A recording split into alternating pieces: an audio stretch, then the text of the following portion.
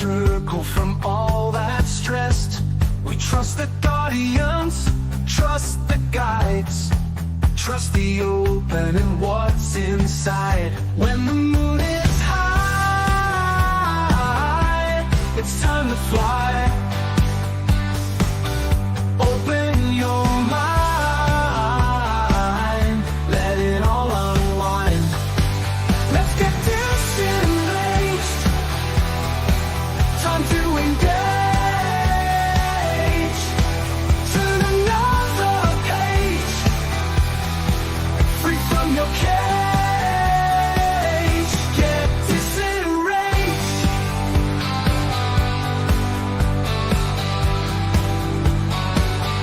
When you feel like you've had enough and the week was busy and tough, you need a break, you need some fun.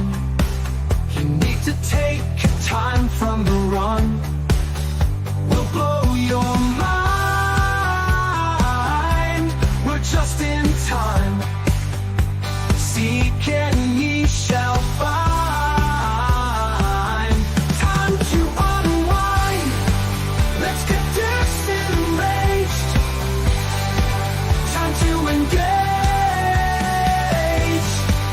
Turn another page, free from your cage. Get disenraged.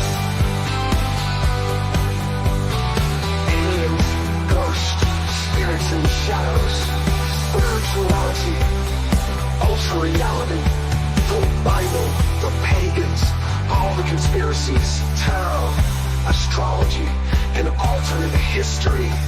Open your heart to other possibilities and get disenraged. Time to engage. Turn another page, free from your cage. Get disenraged, disenraged, disenraged, disenraged, disenraged.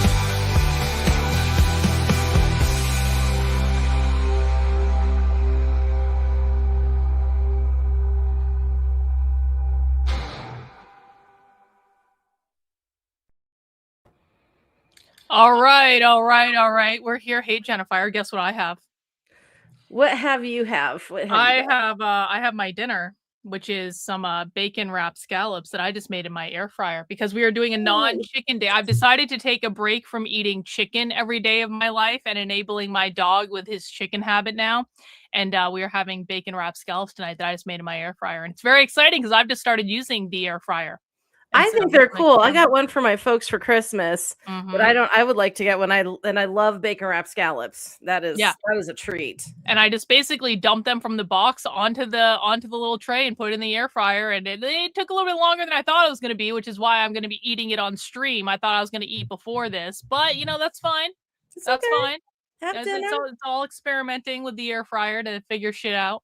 Nothing wrong with that. I want to try that. It's like a banana and yogurt and one egg, and it's like a mock cheesecake.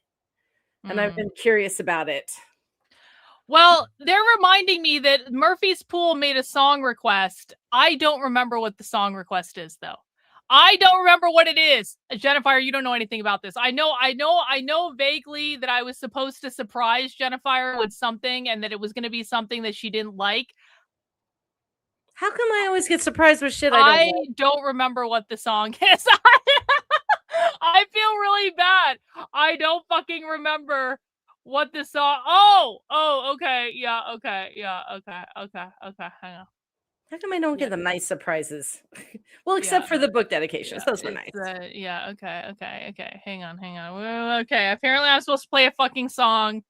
Hang on.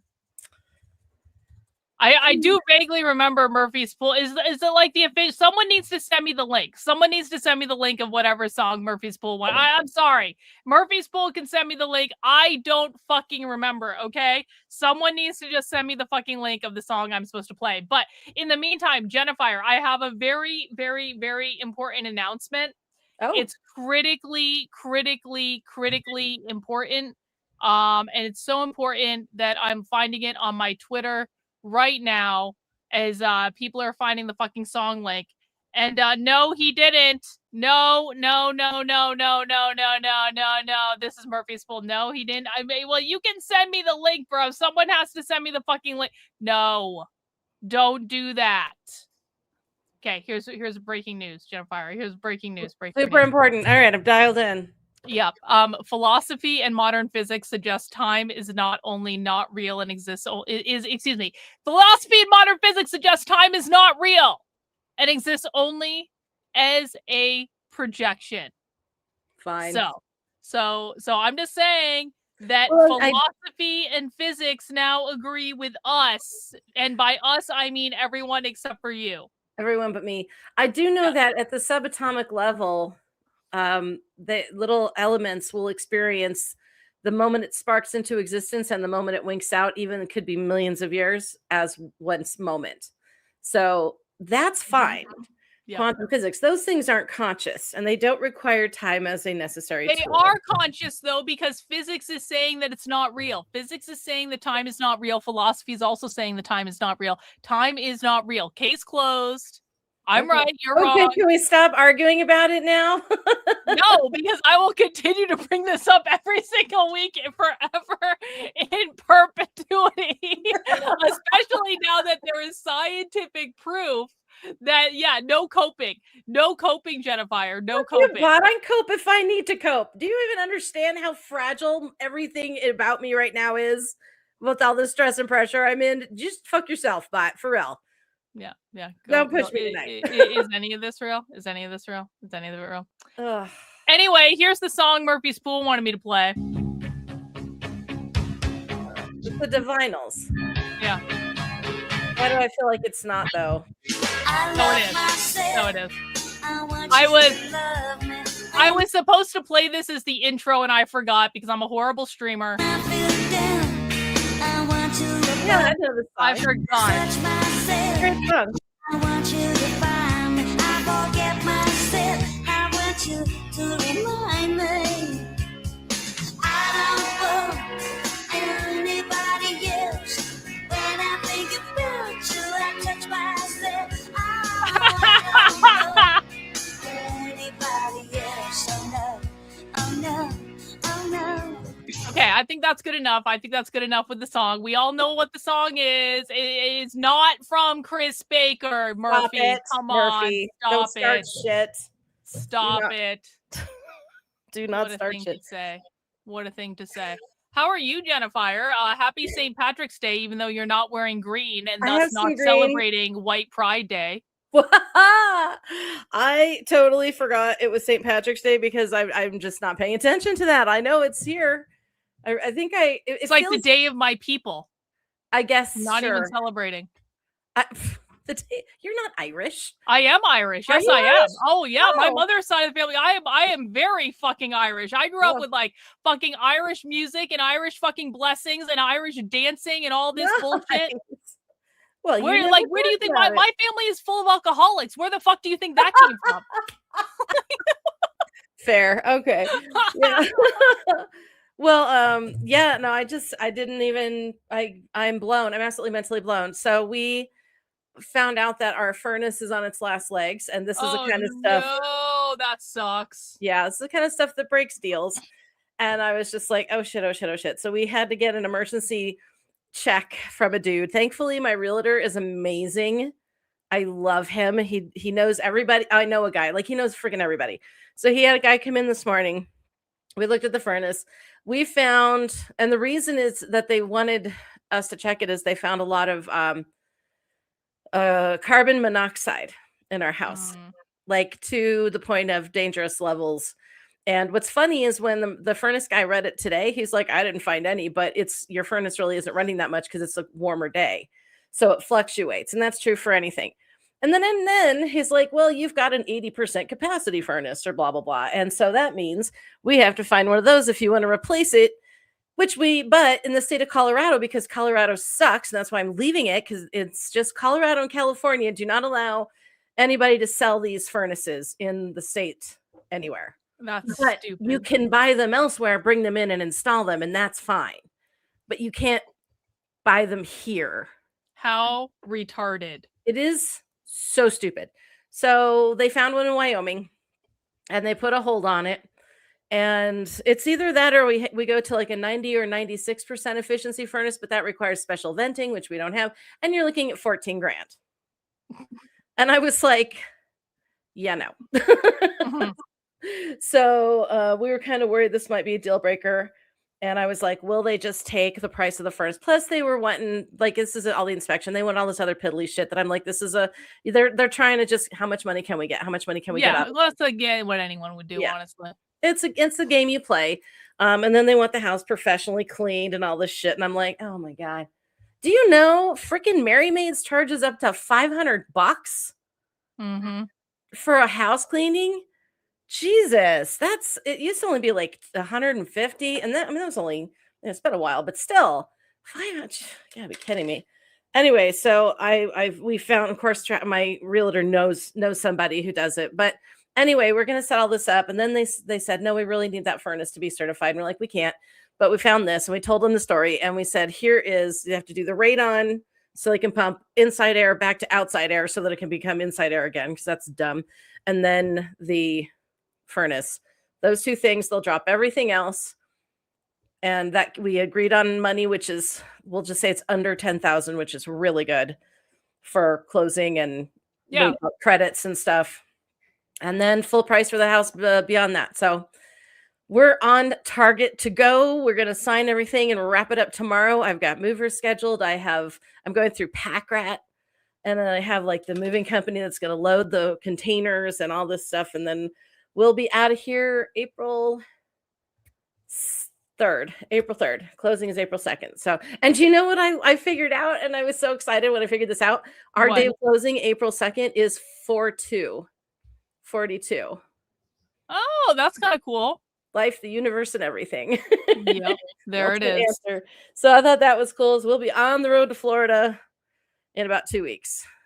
There you go. And I'm losing my mind. So that's moving sucks. Selling a house sucks. Buying a house sucks. Everything sucks. Around fucking real estate, it was like one of the most stressful experiences of my life was buying this house. That's why I'm like in no hurry to move. I'm really like, I'm very comfortable. I'm like, maybe we could fix some stuff up around here, like whatever. It's not like a perfect place. It's not like but it's pretty fucking good. And it's good enough to where I'm not going through the real estate process again. Fuck that. Well, I'll tell you what, if we had the funds, and if you're selling a house and you have the funds, I highly recommend getting a pre-inspection done, have everything looked at your house, get things taken care of before the the prospective buyer's inspection.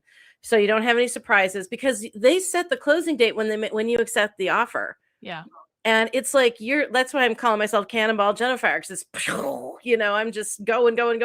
And now you're doing negotiations, and it just absolutely adds to the stress level. So I highly recommend, if you guys can, do pre-inspection, check everything so you don't have any damn surprises. And but beyond that, we're good to go. I'm so far not too emotional about anything, because I just am too stressed out to be upset. Beyond that, it's all gonna be good, Jennifer. It's all gonna be good.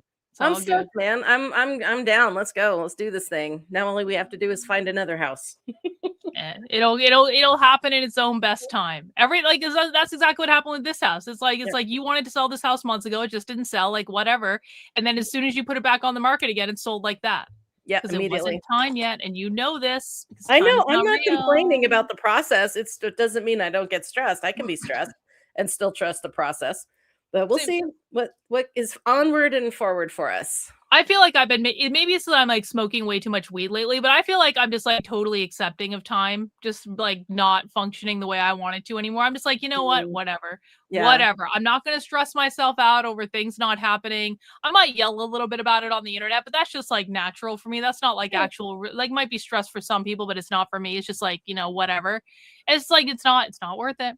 It'll happen whenever it happens. That's the way it goes. You gotta off gas. And honestly, most of the stress I'm getting is coming from the people around me pushing on me because I'm like the main decision maker in the four of us, and it gets a little overwhelming. And so far, during this time around, I think everybody just kind of went, okay, false alarm, let's relax, let's try and handle this. And it feels like everybody's working together a lot better, and that's making me quite happy. Right on. Well, almost there, almost out the house. That's real good. This will be the last DISENRAGE before Jennifer has to pack up all her shit and move. And so we're going to be taking another little hiatus until Jennifer figures it out, because she's going to be living out of a RV that they bought for the foreseeable future. So so there's that. That's okay. I will have internet and everything. Let me see. I will have internet and stuff. It's just a matter of getting it set up, and I'm going to wait to do that. I'm probably going to get Starlink, I'm thinking, and do that. And I probably can be back in the game on the 7th is my guess. Yeah. So just in time for my birthday, obviously. Oh, of course. Well, I wouldn't miss that, dear. Although I am going to have to miss one of your movie nights. Well, we'll figure that out, Jennifer. Mac is covering. We've got it handled. Oh, okay, cool. Yep. Excellent. So I don't have to do anything? No, of course not. Good. Excellent. That's exactly the way I like it.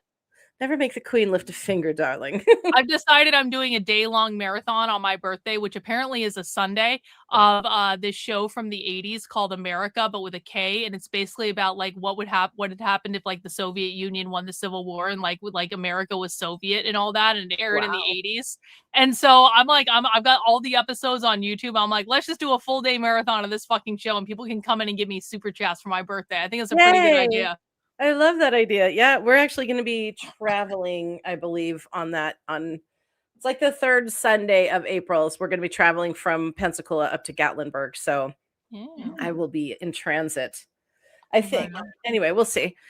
If anything changes, it changes. I'm like a leaf in the wind, man. Gotta roll with it. You're going to be living in an RV. It's I'm stoked. I'm actually really excited for that. I think it's going to be fun. If we just keep the dogs from eating my cat, I think we'll be in good shape.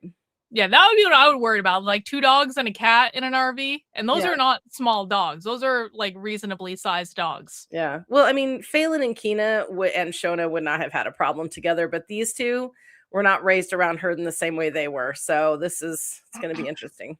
They're going to have to get used to it. They're going to have to work it out. They'll get over it. Once the novelty of it wears off, everybody will be fine. Yep. Hang on. I'm going to go. Oh. Hang on. Oh my gosh. Bless you. No, I had a little piece of bacon stuck in my throat, or so I went down the throat exactly. It did it tickled, and I was like, oh shit, here it goes. All right, well, we're continuing with our Knights Templar series tonight, and before we get back into the video we were watching last week, Jennifer, you sent me a clip about the same guy, and I think this is on the next episode or something, talking about how Israel is leading in the arrival of the aliens or something. Yeah, do you want to cue up this clip for us? Yeah, sure. This is the interview with Chris Bledsoe. I highly recommend you guys watching The Basement on the Y-Files. This gentleman, Chris Bledsoe, has had some very fascinating alien interactions, and is in congruent communication, so to speak, and apparently can call, as in I should say continuous communication with them. But he gets visions and prophecies and stuff from them occasionally, and sometimes sees them physically. He can summon orbs with aliens. Yeah, with some species of interdimensional beings. And then there's this one thing that there's a particular entity that calls herself the Lady, but she also refers to herself as Hathor, and as in, yes, that the goddess Hathor. And she gives him prophecies occasionally, and this is one of them. And so they talk about all kinds of different topics throughout the show, but I just found this particularly interesting because he got this prophecy last fall, last October, and they recorded this show. I can't see how far, but I think it was in December when they recorded this show. And what he just talked about actually happened in, when did we bomb Iran? February? Yeah, so it aired 3 weeks ago. So might have recorded it a little bit earlier than that. So, okay, so let's listen. Okay. Anyhow, Ryan, my son, he takes his iPad, he's got in his hand, and he starts filming this tree just spontaneously combusted in our backyard. Here. So I run a hose pipe all the way out there, give it to my wife, and she puts it up in the tree inside of it and sprays it all and puts it out. Messed her up so bad. She couldn't sleep, couldn't think. That was at 9:30. At 12 o'clock, she walks by the back door and looks, and it's burning again. It's burning again. Burning again. So we go out and we put it out. The second time. At 3 a.m., she can't sleep. She goes by the door. There it is burning again. So she puts it out the third time. 9, 12, and 3. And so Grant is there wanting to see this tree. I have a video. I'll share that burning tree video. It's under my name, Chris Bledsoe Burning Tree. You can look that up on YouTube. It's been there since way back then. I did watch it, yeah. And that tree became very famous. I bet it did. Yeah, a lot of people would bring articles of clothing and all and put in the tree, and healings would happen and stuff. I may have gone too far back, So, but it should be right coming up. April 2013. Grant Cameron comes 2 weeks after Easter, and we walk out to the tree. We look at the tree and spend around it 20 minutes conversating. He's got his camera all in it and around it, right? And my black Labrador Nell. I can't see it. It's too small. 1:11. Oh, we need it at 1 hour and 5. Oh, okay. So you didn't send it at the right timestamp. Well, I must have clicked it or something. There it is. Yeah, this is perfect. That was part of what she gave me when she came in 2012. Did it start with Nellie? It started with my dog, Nellie, yeah. And and believe it or not, she came back in 2013. It didn't happen the first year in 2012. 2013, she came back. And she told me on 2013 about the thing with Iran and Israel. So it was 2013 is when I first got that information. And that's the year that I was asked to put it in writing to the Pentagon. What did she see between Iran and Israel? She said, when you see Israel and Iran begin to exchange missiles, and I saw them in vision, they give you telepathic, you see, it's like looking at a television, really. That's what it kind of looks like. She said, when you see these happen, that's when we're going to come in and we're going to start waking up the population. We're going to reveal ourselves, which will change the consciousness of people. So all this new knowledge is about disclosure. It's about consciousness, and they're going to make it happen because it tames people. It opens us up. It turns us into psychic beings. It gives us power. A lot of things this does. All right.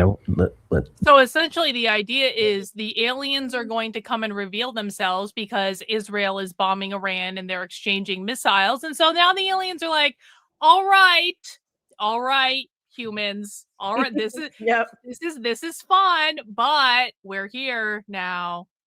Yeah, the adults are in the room. Everybody quiet down. Quiet down, kids. You go sit over there. Shut the fuck up, Israel. Stop fighting.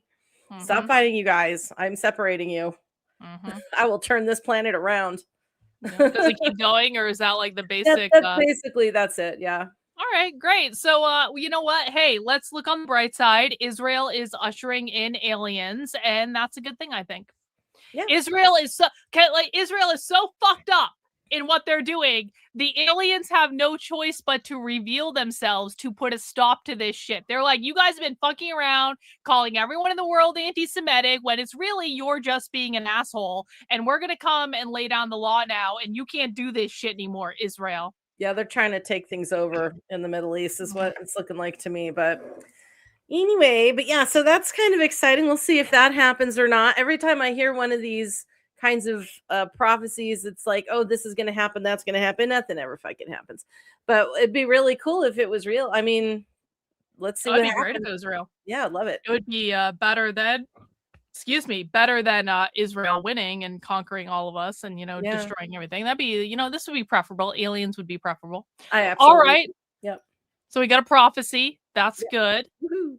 Let's jump back into the video where we left off last week. We were about halfway through this. We were watching this guy who's in the Knights Templar talk about all the secrets of the Knights Templar. We got about halfway through it last week, so if you missed last week, then you can go back and watch it. But we're just continuing on with the video and hanging out, and I want to remind everyone, this is no stress, no bullshit, no nonsense night on the channel. We do not talk about politics unless we're making fun of someone and stuff like that.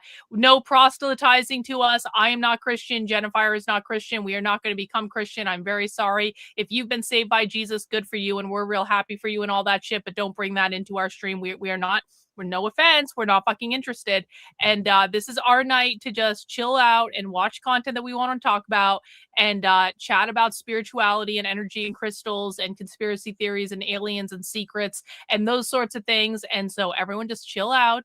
No troublemaking, no whining, no complaining. Anything else, Jennifer, before we get started? Don't be a dick. Don't be a dick. Don't be a dick. That means no proselytizing. Exactly. Right Were on. you telling Sure. what you found than me putting words in your mouth? Absolutely. Okay. Sounds good. So the Templar Order found a number of artifacts as they were digging in Jerusalem and in Egypt. They found these arcs that we talked about, 6 arcs in particular. 6 arcs that they captured, they brought back up through into Lebanon for a while, and then into France, and into Portugal, and into Scotland, and from there they brought them over to the New World. So they were traveling over to the Americas. They actually had, by the time the order was suppressed, by 1314, they had already mapped all of North America. Sure. They hid. They were trading with the Mayans.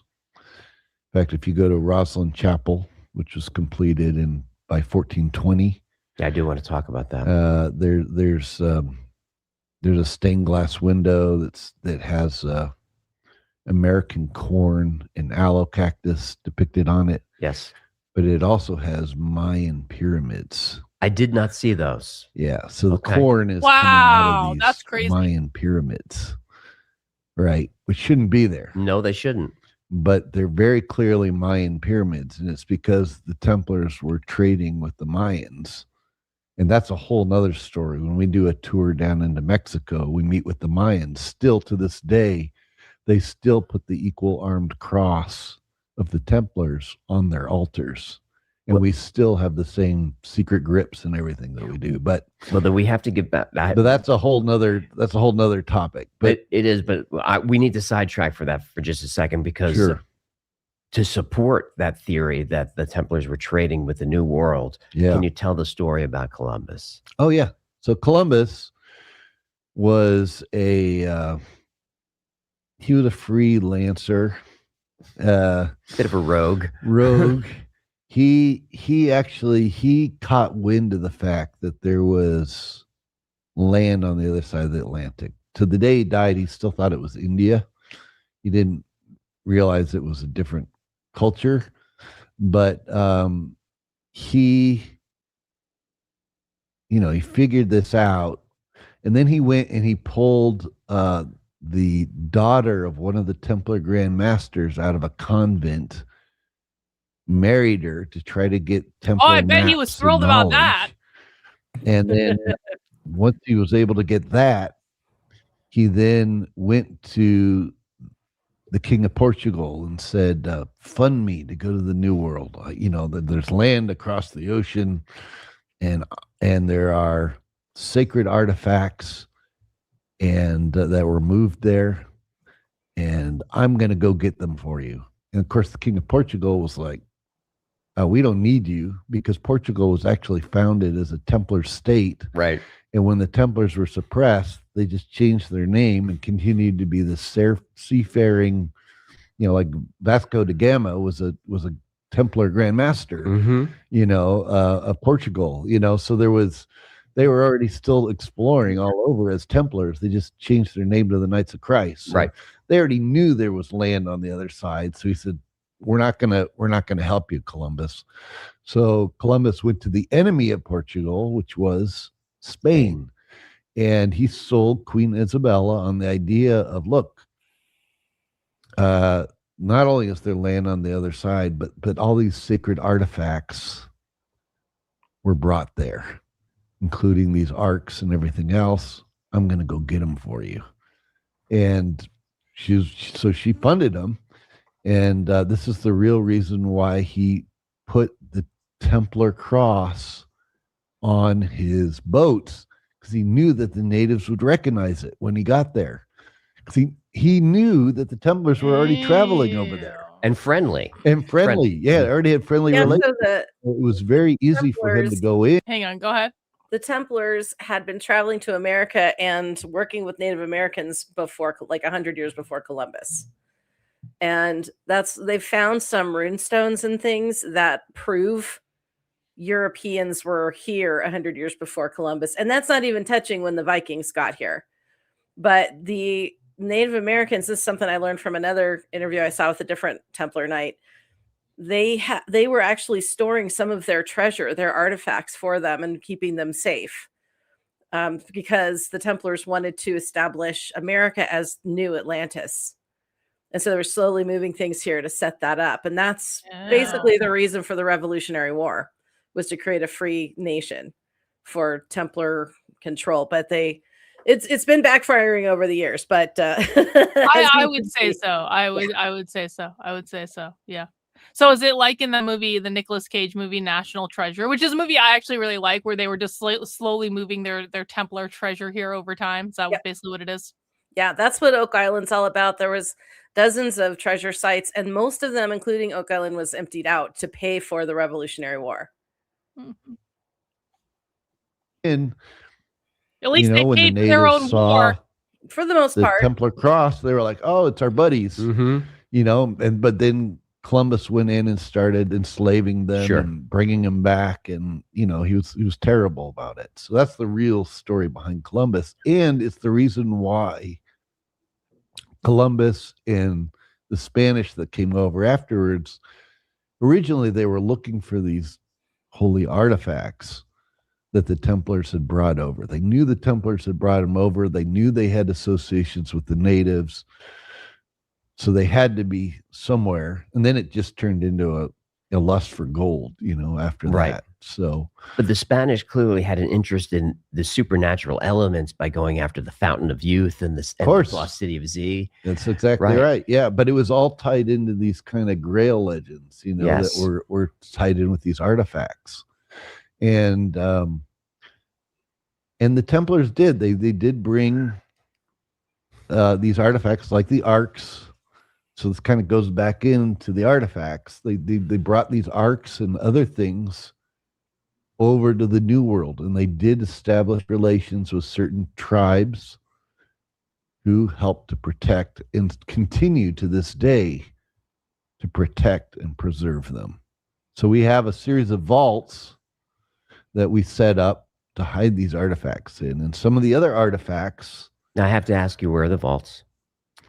I can't tell you that. Right. So, folks, he's not going to tell us. But I will say that there was originally 7 vaults. There's only 2 now. So, since you can't say where they are, can you describe what they look like? Are they guarded? Are they climate controlled? What is a vault like? It's just like a big underground vault that was originally covered over with cement made of like crushed lime and shells, and then dirt and just buried. It's buried in specific areas. Are they guarded, or are they hidden? I'll tell you this. Say I can tell you this much. One of the vaults is in Washington, D.C. Wow, I have not heard you say that before. Yeah, I have never said it before. Okay, but it's at an area that I think most people wouldn't expect. And it's on national park property. I might want to slow you down there. Well, there's no way for people to get to it. So that it's protected. And even the Park Service doesn't even know it's there. I mean, we have people who watch it and make sure it's, not being broken into, but it's It's in an area people wouldn't expect. We're not trusting the American government for security. No. Okay. No. Okay. No way. So, No doubt. Touche. but it is in Washington, D.C. Okay. The other vault is actually in Montana, Okay. at an area in Montana, which we haven't said before either. But in fact, Lewis and Clark, when they did their excursion, when they were doing their trip up there, one of the things they were checking on was that vault. When Jefferson sent them up there, Oh, everybody's a damn Mason. I swear to God. they were checking on Everyone that is a vault. Mason, That was yep. one of the things they were checking on as part of their mission. Jefferson and Mason? He was a Templar. He was a Templar. Yeah. So he knew. Correct. Yeah. Okay. And there's some speculation he was also a Mason. Okay. I mean, that's debated because there's no records of his initiation, but when he died, there was a Masonic funeral held for him. He was known to have also attended the Lodge of Nine Muses in France, which he wouldn't have been allowed to do unless he was a Mason. He had nephews who were named after him, who were all Freemasons. And there were Masonic codes that were found amongst his writings. He wouldn't have known all that unless he was involved, and he was a Templar. Of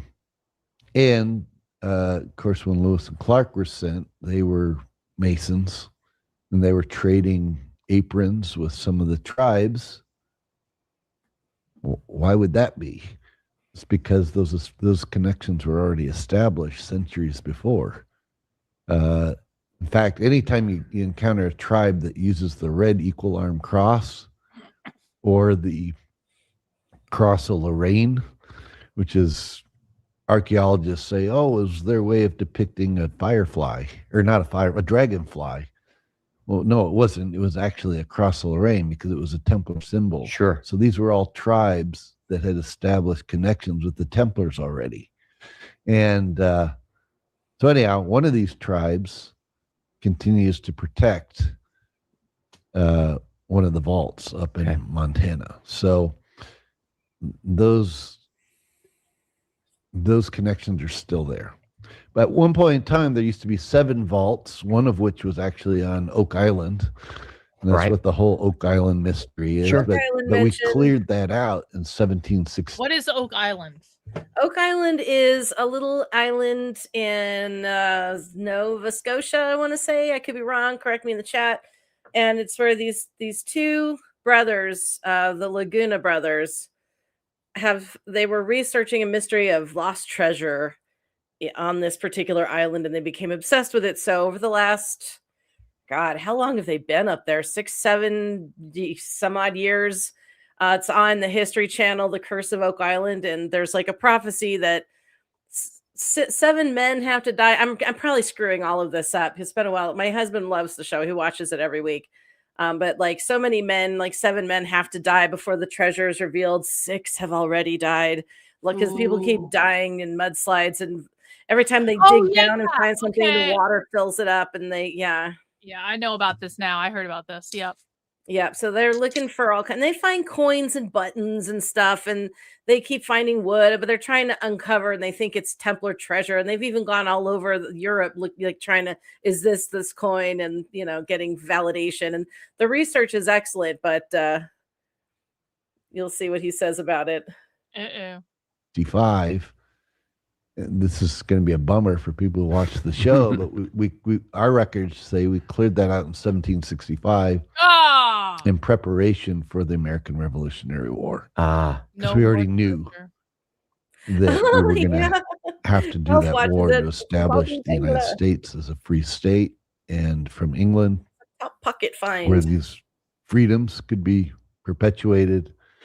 And Benjamin Franklin was actually one of the people in charge of making sure that vault was cleared out to gain the money and resources. So a lot of the gold had to be melted down to be used to fund the revolution. Sure. So that was a whole nother thing. So there were Other than the arks, there were other artifacts. One of the things that was discovered in East Jerusalem, in the area, it's now referred to as the Talpiot tomb.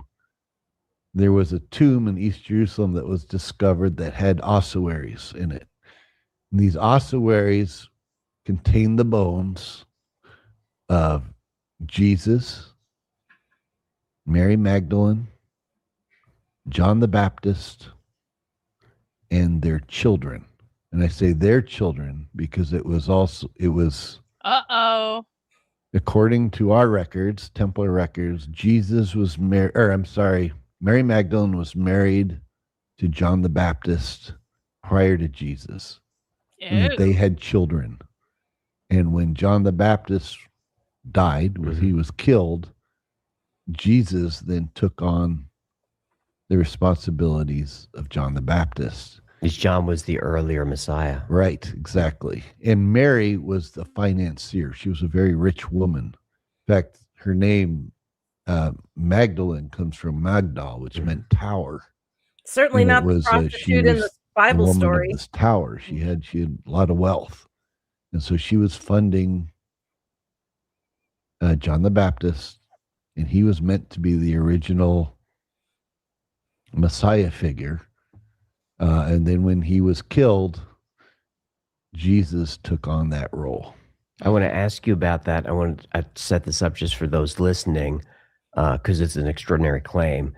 In 1945, the Gospel of Philip was found in ancient Egypt, which Mary Magdalene is featured very heavily and considered Jesus' favorite disciple. Right. There's even a passage of them kissing. Right. Yeah, he used to kiss her on the mouth. Yes. It says, and these were, and by the way, again, when the Templars were doing all that research in Egypt 1,000 years ago, they discovered some of these clay jars, Nag Hammadi, where all the Nag Hammadi scrolls were found. Right.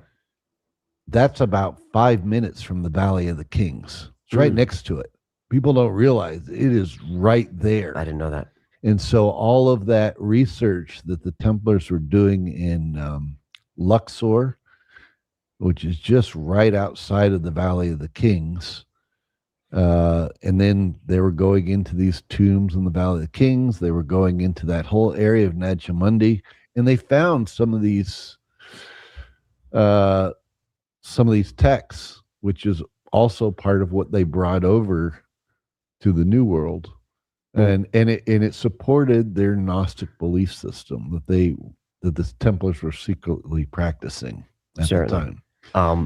And Gnosticism is it comes from the word gnosis, which means divine revelatory knowledge, and it was the belief that anybody through their own efforts could tap into this universal consciousness that was referred to as the Christos. And so rather than Christ being the last name of Jesus, I think.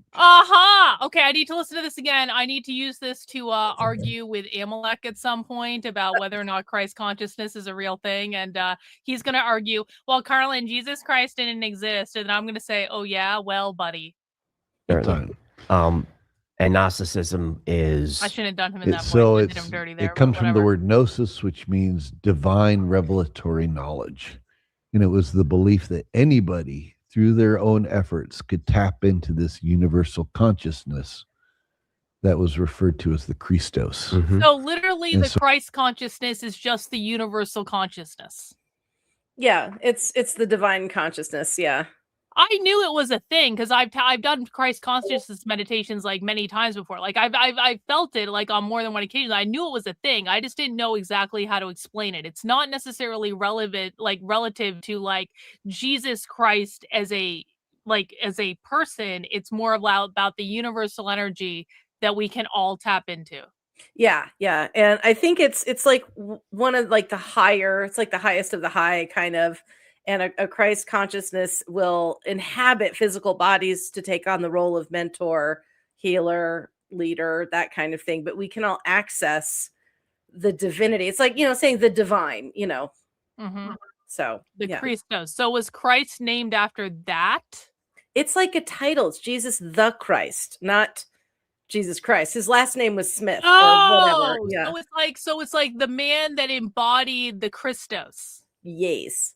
He's Got it. the Christ. He has the Christ consciousness, the Okay. divine spirit within. And what he was trying to say is everybody can do that. Yeah. So Ted says it means anointed one in Greek, but yeah, Okay. it's something everyone can access, but those who are, like, say, born with it, naturally talented, might be dubbed the Christ.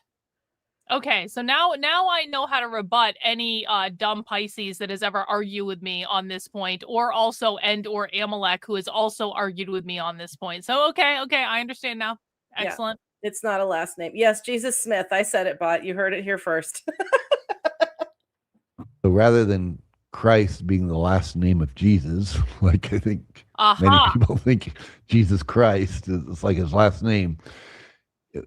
Jesus, when he was speaking as the Christ, he was speaking as this universal consciousness. It could be argued that he was a Gnostic in a sort of way. 100%. Hey, and can someone I need someone to do this very slickly and with no context at all.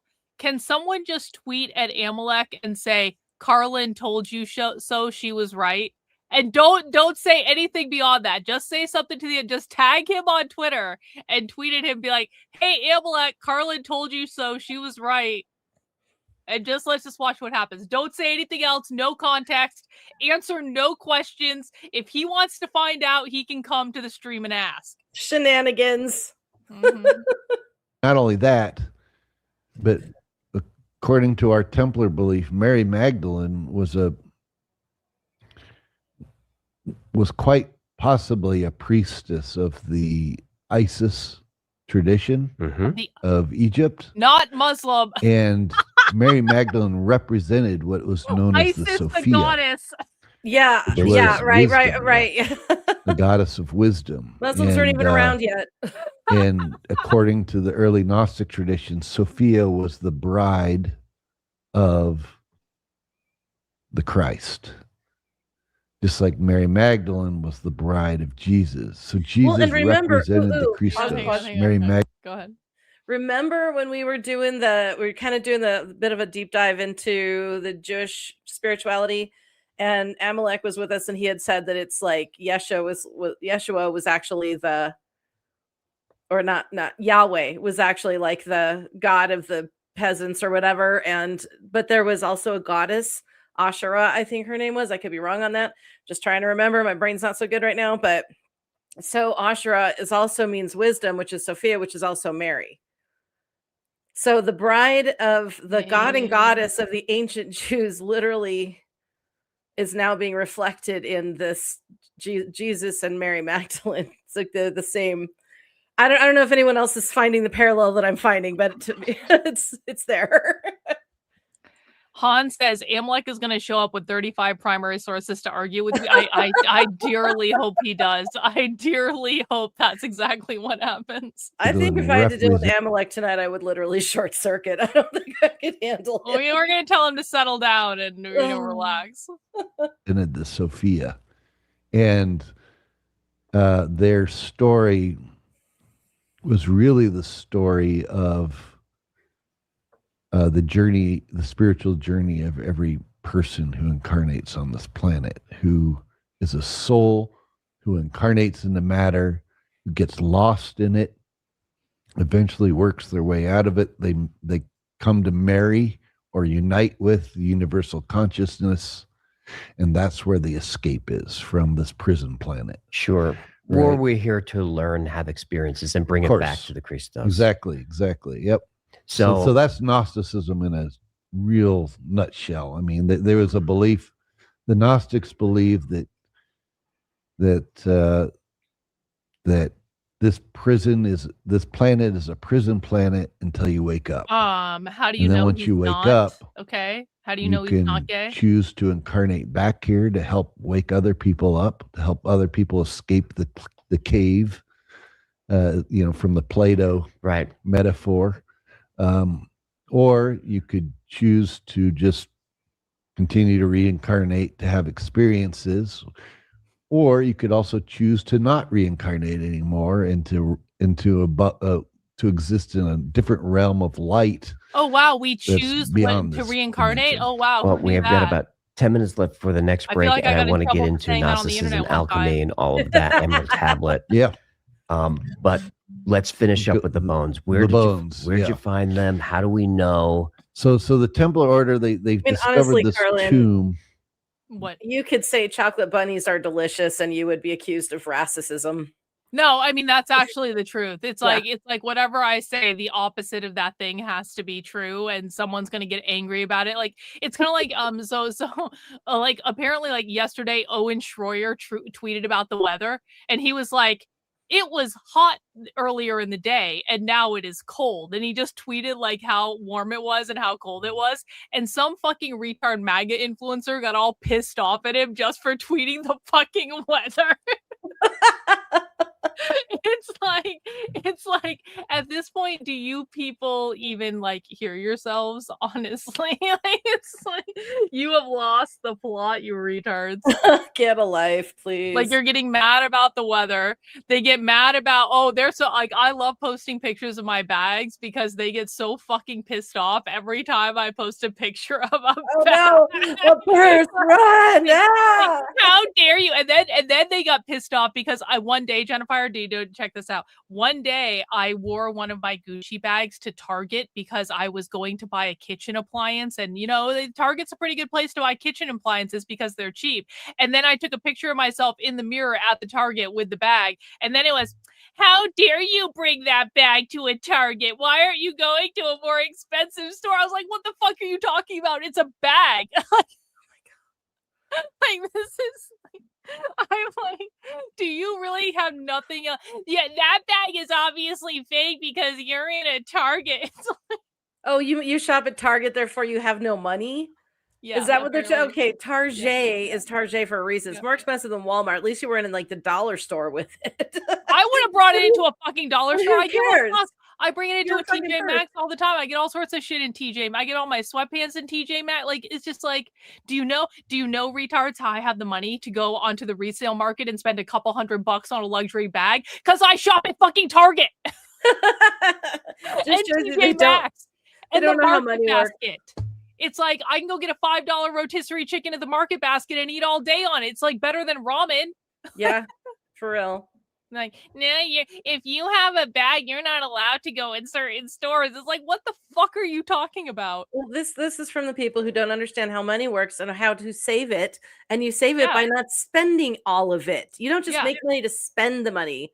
You want to invest. You want to save it. You want to acquire and accumulate wealth, not just spend yourself into the poorhouse. It's only retarded people who buy like luxury everything or like expensive everything. Like if you're going to go buy a t-shirt, you could, I guess, go buy like an $800 t-shirt at Hermes or something. Like they'll sell you that. Or you could go to the Gap outlet because I have a Gap outlet near where I live because I have the giant ass outlet mall 2 miles down the street. Or I could just go to the Gap outlet and buy a black t-shirt for $9.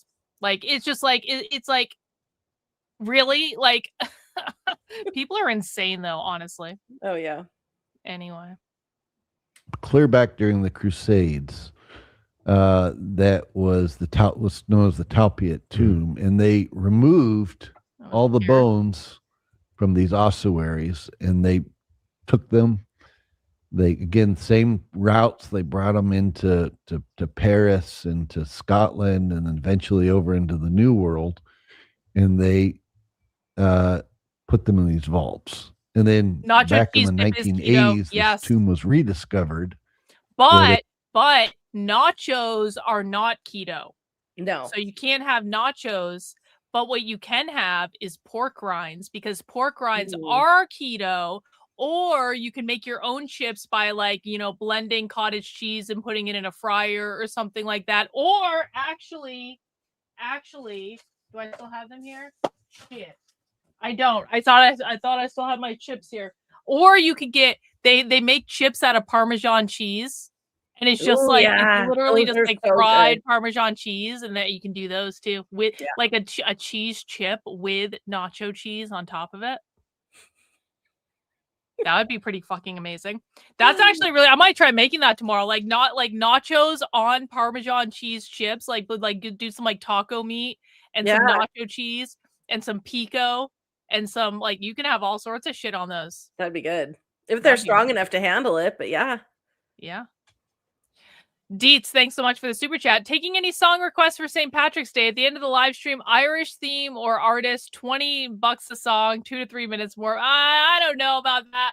I like the idea, but I don't know. I'll play a nice Irish song before we as we wrap up the stream. How's that?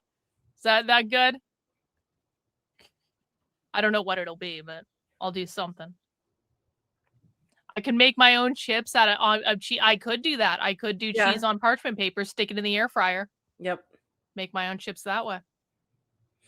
They found the boxes, the ossuaries that had the names on them, but the bones were missing. No, I want nachos And too. it's because the bones had already been removed clear back during the Middle Ages. And not only were the bones removed at that time, but the Templars put 3 skulls in the east, the west, and the south of the tomb as kind of symbolic guardians of the tomb, and they buried it under a rose garden. So it was under the rose, and that's really where that term sub rosa comes from. You know, it's beautiful. Which was the secret. Yeah, secret knowledge, So why not test the bones? Why not release that information? We haven't had the technology to do that till recently. Right. So now we do. So the hope is we've been hanging on to these things for centuries now. We're finally at a point where not only do we have the technology to test them, but we have the technology to reveal them all to the world at once. Ooh. How much responsibility and weight do you feel about that? Quite a bit, but it's time. We've always been wanting to build up to this time where we could have a world community where people have the freedom to explore other ideas, and for the last 40 years, we've been trying to get information out there to break down the conditioning, because people have all kinds of cultural conditioning and beliefs. Well, Jesus So true. resurrected bodily to heaven. So this interferes with that idea. But again, remember, that's a conditioning that the church has perpetuated. From a Gnostic standpoint, the Gnostics believed in reincarnation. True. So it's not a problem for the idea that Jesus could have died and could reincarnate. I have quite a few people in my audience who are uncomfortable with this story. Sure. Can you put them at ease? Sure, absolutely. So another example of this in the Bible of reincarnation, beyond the idea of being born again, right? Everyone thinks born again is the symbolic thing. Well, not necessarily. It could literally mean being born again. And but there's also passages like in the Standard Gospel, like when the disciples go to, there's a great passage where the disciples go to Jesus and they say, Jesus, the people are saying that the prophet Elias has returned, and Elias is just the Greek word for Elijah, right? So the Hebrew Elijah is the Greek Elias. So Elijah, by the way, also went bodily to heaven. Correct. But it says people are saying that the prophet Elias or Elijah has returned. And Jesus says he has, but it's in a new form that the people don't fully recognize yet. And then it says, then the disciples understood he was talking about John the Baptist. Mm. Well, we know who John the Baptist's parents were. Mm-hmm. So that means if Elijah is returning as John the Baptist, it has to be he's reincarnating. Right. Right. So there's an example right there in the New Testament of reincarnation. I would assume that the Vatican does not like any of this. No, because You think? the Vatican would rather have you believe you have one life, Mm-hmm. and the only way to get to heaven is through them. Threaten you with hell. Right. What's up? So they can threaten you with hell. Exactly, which is a human created thing and is not real. Right, which is good business. Sure. Right. I mean,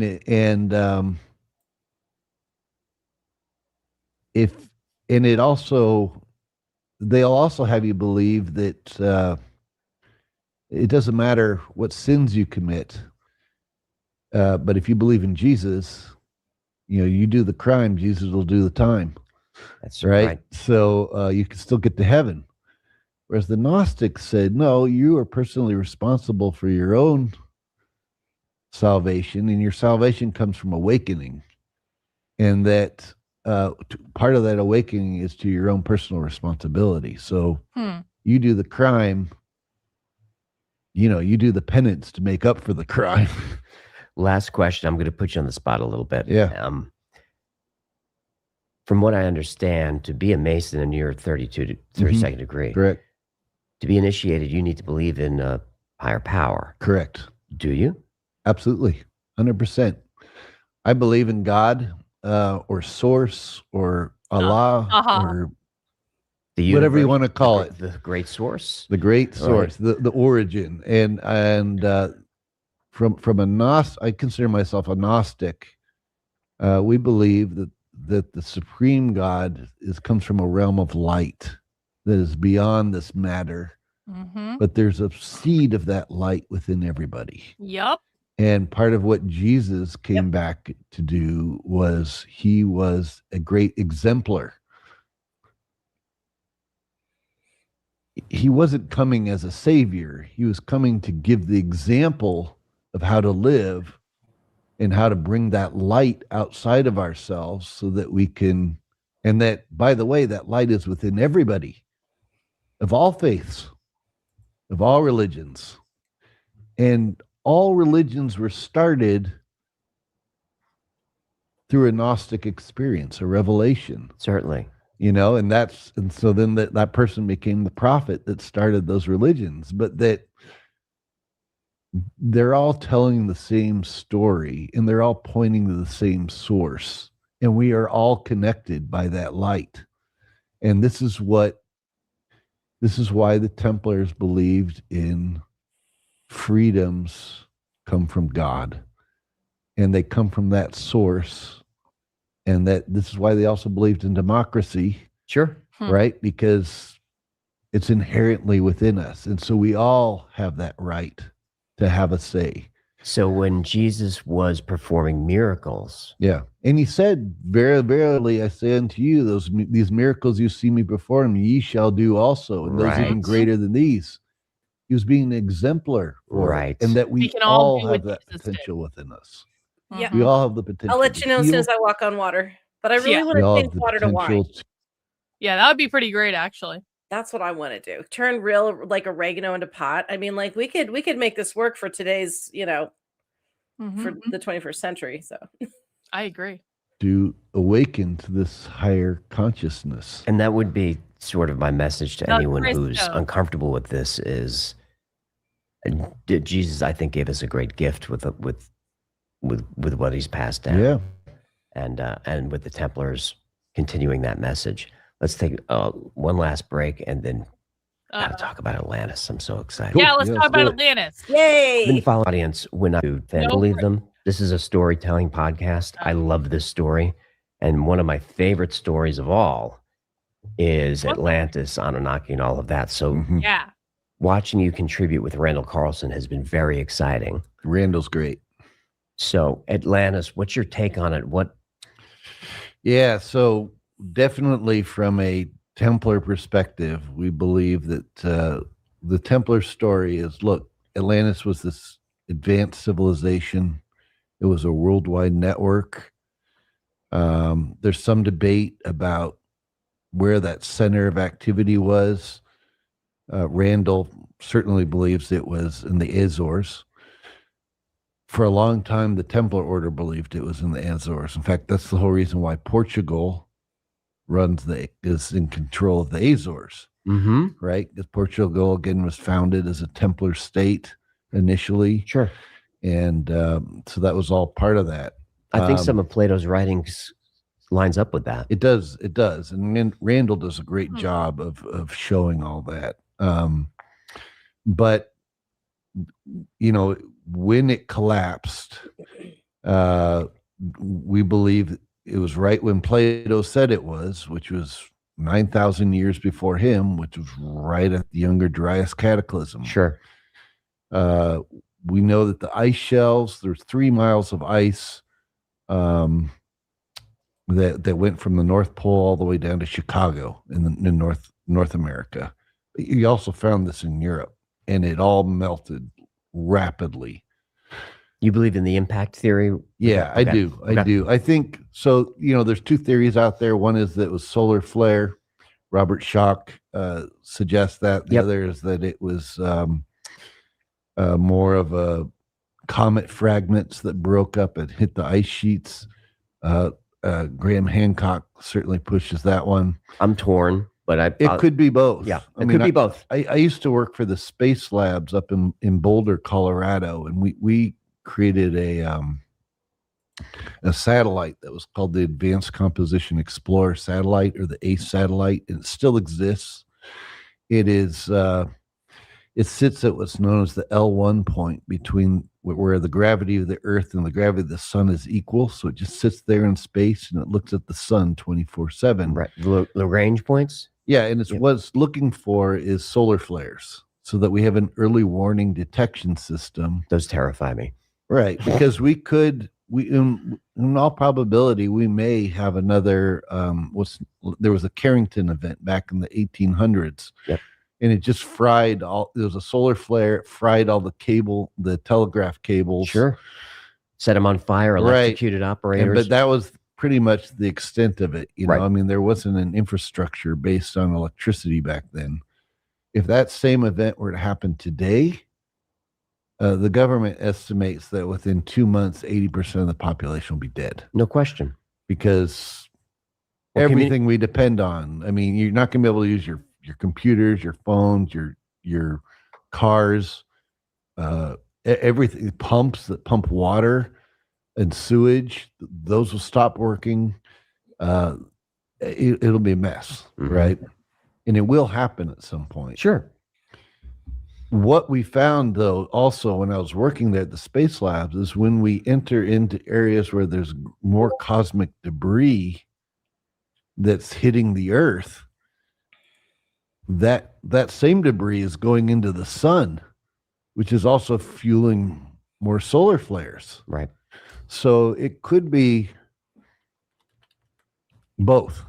We could have had these cosmic fragments that were hitting the ice caps, and they were also going into the sun, triggering more solar flares at the same time. So it doesn't have to be one or the other. It could be both.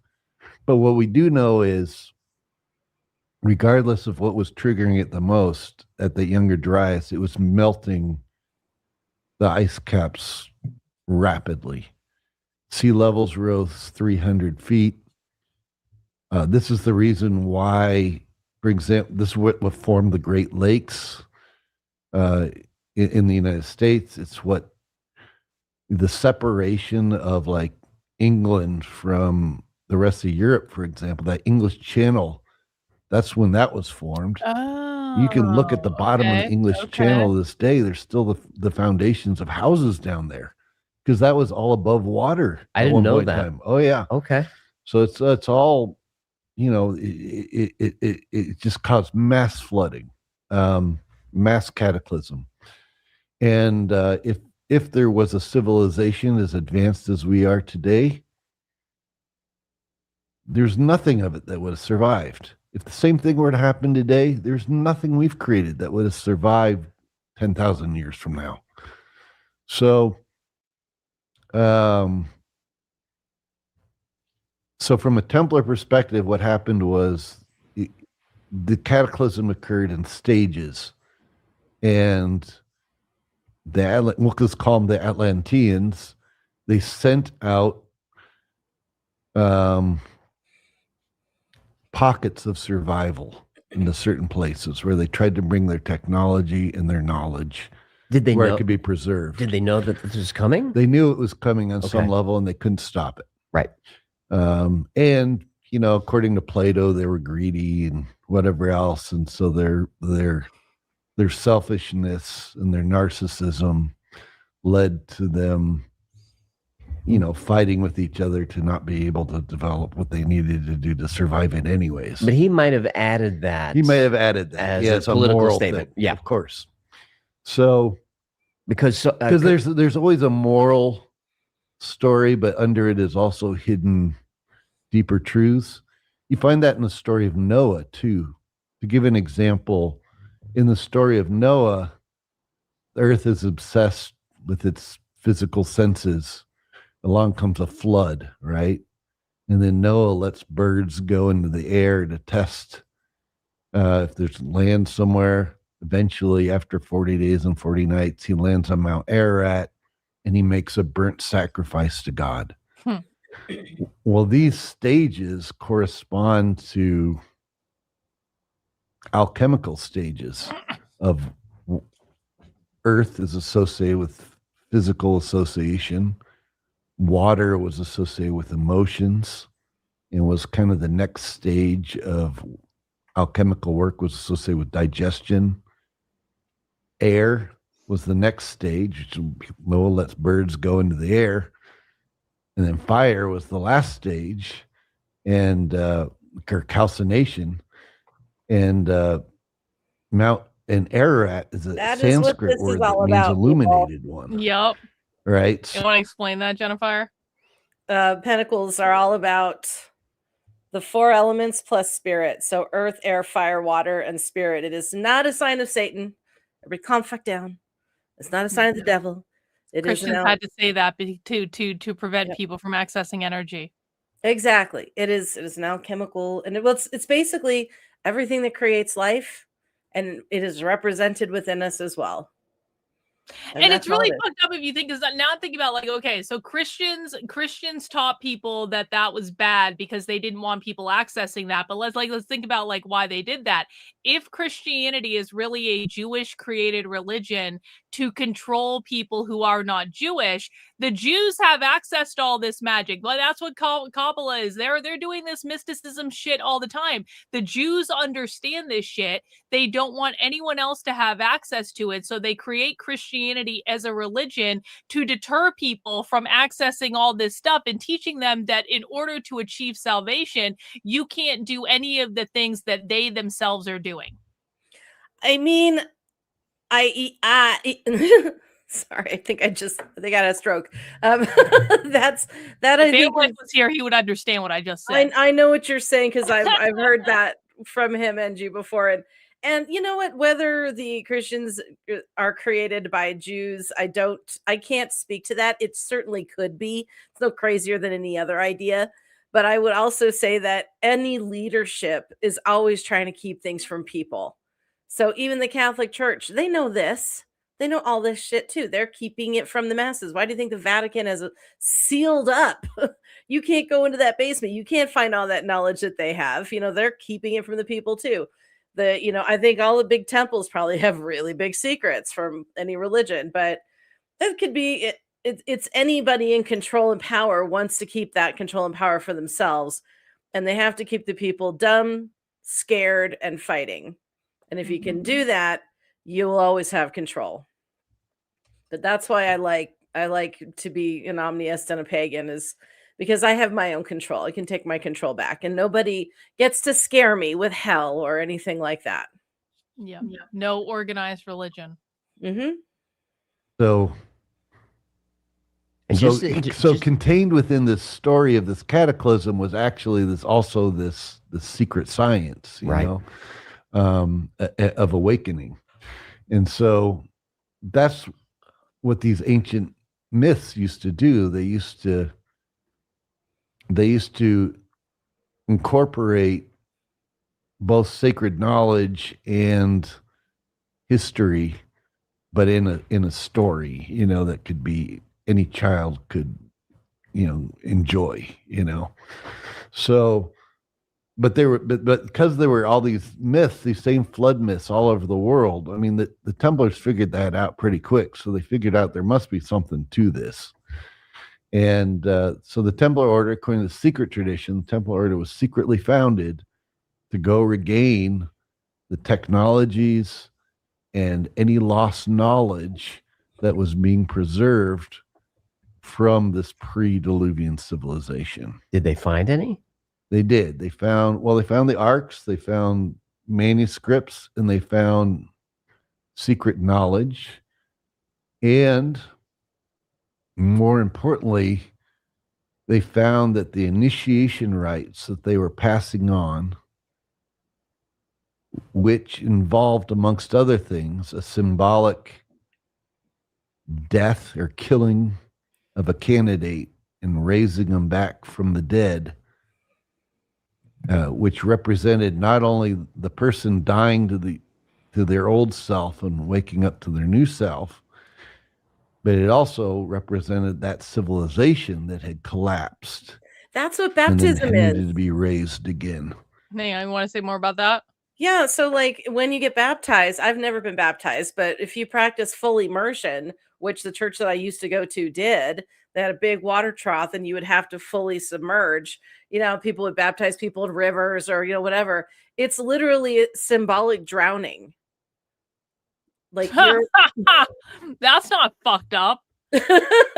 you're dying to your old life and being reborn Wow. in the new life of God and Christ. And yeah, so that's all. That makes it even more fucked up to do that to kids. I know. Well, and with babies, they're just doing the little sprinkle. The Catholics just do the little sprinkle. It's more symbolic. It's gotten less and less important. But like he's talking about some of the rites of the Masons and everything, how they practice. It's like a symbolic death, but they have swords and that kind of thing. But they don't actually hurt anybody. They don't like stab you and then say, because I mean, it's just kind of scary to be fully submerged and you're at the mercy of the priest who has to bring you back up, and you have to hold your breath until he's ready to bring you back up. At least that's how my church did it. Ex-church. Ex-church. For reasons. But there was a secret hand grip that was given during this raising. And they found that this secret initiation ceremony was being preserved in the same manner all over the world, ancient world, at certain areas. The ancient Egyptians were practicing it. The Mayans were practicing it. The Druze were practicing it. Even though they're supposed to have no contact. Even though they were supposed to have no Right. contact with you. It was the exact same initiation ceremony and the exact same secret handshake. Did those ceremonies involve alchemy? They did, yeah. So alchemy was another big part of it, right? Because alchemy was this was believed to be the science of Atlantis. Ooh. The colors of Atlantis were black, red, and white, which are the colors of the alchemical process. Literally the transformations that go from Those are black my to red colors, to white too. Right. when you're doing the alchemical And the work. Nazis. And And the Nazis. What are the colors of the Knights Templar? black, red, and white. Yeah, What are the black, red, and colors of white. the flag of Egypt? Black, Black, red, and white. Yeah. And the What colors was of what Britain, were the goddess colors Britain. of ancient Egypt? Black, red, and Right, white. yeah. You know, Podcast, Amazing. black, red, yeah. I and mean, white. it was all the same thing, and the so, and it was all in the science of alchemy, which, by the way, comes from the word alchem or alchemit. Chem or Kemet was the ancient name for Egypt. So it was the land of Chem, or the land of Kemet was this land that was preserving this knowledge. And so alchemy comes from that. And the Templars were figuring this out. They were passing it on. There were three main stages in the alchemical process. The first was digestion, where you took whatever you were working on, whether it be metal or a herb and you put it in a liquid that would break it down. This was also associated with baptism. It was called baptism by water. Right? Yes. After which it would change and it would turn black. When it did this, it was known as caput mortem, which means deadhead. All right, so let's talk about John the Baptist for a minute. What did he do? Baptized with water. Yes. And then what happened to him? Got his head cut off. That's right. Dead head, caput mortem, right? First stage of the Dead alchemical process. Then the next stage was distillation, where the liquid, you would heat it and it would turn into a steam. And then you And make you could rum. collect that steam and it would have within it the volatile chemicals, whether it be oils from an herb or oils from from like a gold chloride or something, a metal that had been broken down by acids as opposed to by water or alcohol. So that was the second stage associated with air, and it was always represented by birds in alchemical texts. And then the last stage was calcination, or fire, where you burnt the original material down to its ashes and you extract the secret salts out of them, which was the hidden mana, or these monoatomics. Yep. Right? And then you could combine these processes together to create this new elixir that was more potent than the original thing you started with, right? And that's how you create all medicines are created this way, but all metallic transmutations are created this way too. So, and the original thing you were working on was associated with earth. The digestion was associated with water or liquids. The distillation was associated with air. And then calcination was associated with fire. And these were the Reminding you of anything else, Karlyn? You started with earth, and then you went to What are you getting at, Jennifer? Earth, air, fire, and water. Oh yeah, I mean, yeah, that's like everywhere. In the tarot. The tarot, yeah. Yeah, how each deck is, or each card fam. What am I trying to say? It's like each suit of cards, like and also like the suits of playing cards also come from the same idea. Like they all represent, like it's all coming from the same place. There's four different suits: earth, air, fire, water. I don't remember the exact correspondence, but I'm sure if someone looks it up, they can find it rather easily. Yeah. Oh, I remember what they are, but you can see how this ancient knowledge defied organized religion by being spread through things as simple as playing cards, as tarot decks and that kind of stuff. So just saying, the truth is out there. It's always been with us. Just go listen. To liquid, gas, and plasma states, basically. And this was all part of the alchemical process. And you find this even in the myths of Osiris, the god Osiris. In the story, he's first he's depicted as green, which represented green vegetation. He's chopped up. He's thrown into the Nile, which is the water stage. Right. Isis then goes to find him. She turns herself into a bird, starts flying around him. That was distillation. That was the air stage. And then she lights oil lamps and incense, puts them back together and raises them, right, to a new form. Right. Well, that's the alchemical process. Sure. It's the same with the story of Noah. Earth is obsessed with its physical senses. Along comes a flood, water. He lets go birds, distillation. He lands on Mount Ararat, makes a burnt sacrifice to God, calcination. It's the same science being depicted in all of these ancient texts. And the people that were passing on these stories were preserving these alchemical sciences. Well, you said something really interesting so we have white, black and red. I believe those are the color stages of the Philosopher's Stone. Correct. Yeah, that's right. So the Philosopher's Stone was just Oh. you go through those stages of the. So technically, the entire alchemical process. They didn't. ISIS are initials for something. It's like Islamic State something or other. I don't remember what the fuck it it's is. an but acronym. They're initials. turns black, red, white.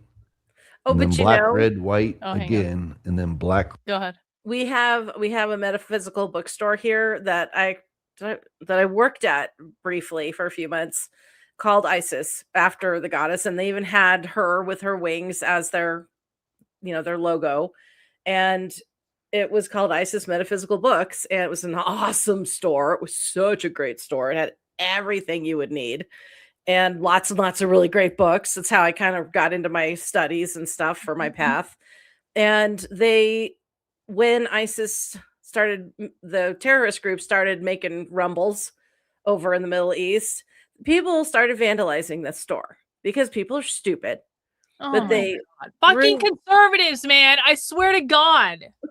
Yeah, they broke windows. They threw rocks at their big beautiful sign with the goddess on it, shattered things. They broke through the windows, and then they went through and they just like ransacked the place, and it was continuous. And the store, the last I heard, I don't know if they did, but they were talking about maybe they would have to shut down because they couldn't move locations again.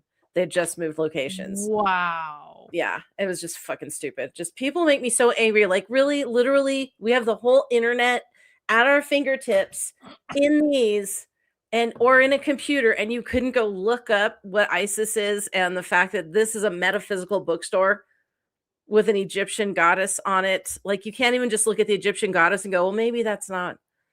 This is Why? like when conservative retards tell everyone that I'm a communist. Because they haven't bothered to do the most basic research about who I am or what I'm doing, and I've just said something they don't like, or I have a haircut they don't like, or I'm wearing clothes they don't like, or oh God forbid I dye my hair red, Jennifer, because that is real proof that I am a communist, and then they try to destroy my work and fuck everything up just because of their fucking feelings. They Like, just God need something damn to it. pick on. Yeah, this is why we can't have nice things. It's so dumb. You know, I saw a video, I posted it today, and it's actually getting reposted a lot by leftists on Twitter, where basically people who are like so-called MAGA influencers are now bragging that they're basically saying whatever MAGA wants them to say to make money. And they're making tens of thousands of dollars a month, just like literally posting videos that says what MAGA wants them to say. And then especially like Black people are doing this apparently. And it's like, because MAGA loves nothing more than Black people who say they're Republican, right? We've seen this over and over and over and over and over again. And so if a Black person just makes an account and puts on a red hat and said, I'm opposed to killing children, and I just don't know why the left is doing this, and They all sound like that. I used to be a Democrat, and the left left me, and I've come into a conservative, and I found Jesus, and like all this shit, and they literally just tell them what they want to hear, and then Maggie's like, oh my God, you're the greatest, and they share all their shit, and then they make tens of thousands of dollars just like literally lying to them, and I'm like, this is actually it's a pretty good scam. Completely fucking accurate. Yeah, this is yeah, I totally get this. Yeah. Well, and what's sad is there really are some legit Black content creators that have made the journey and have had genuine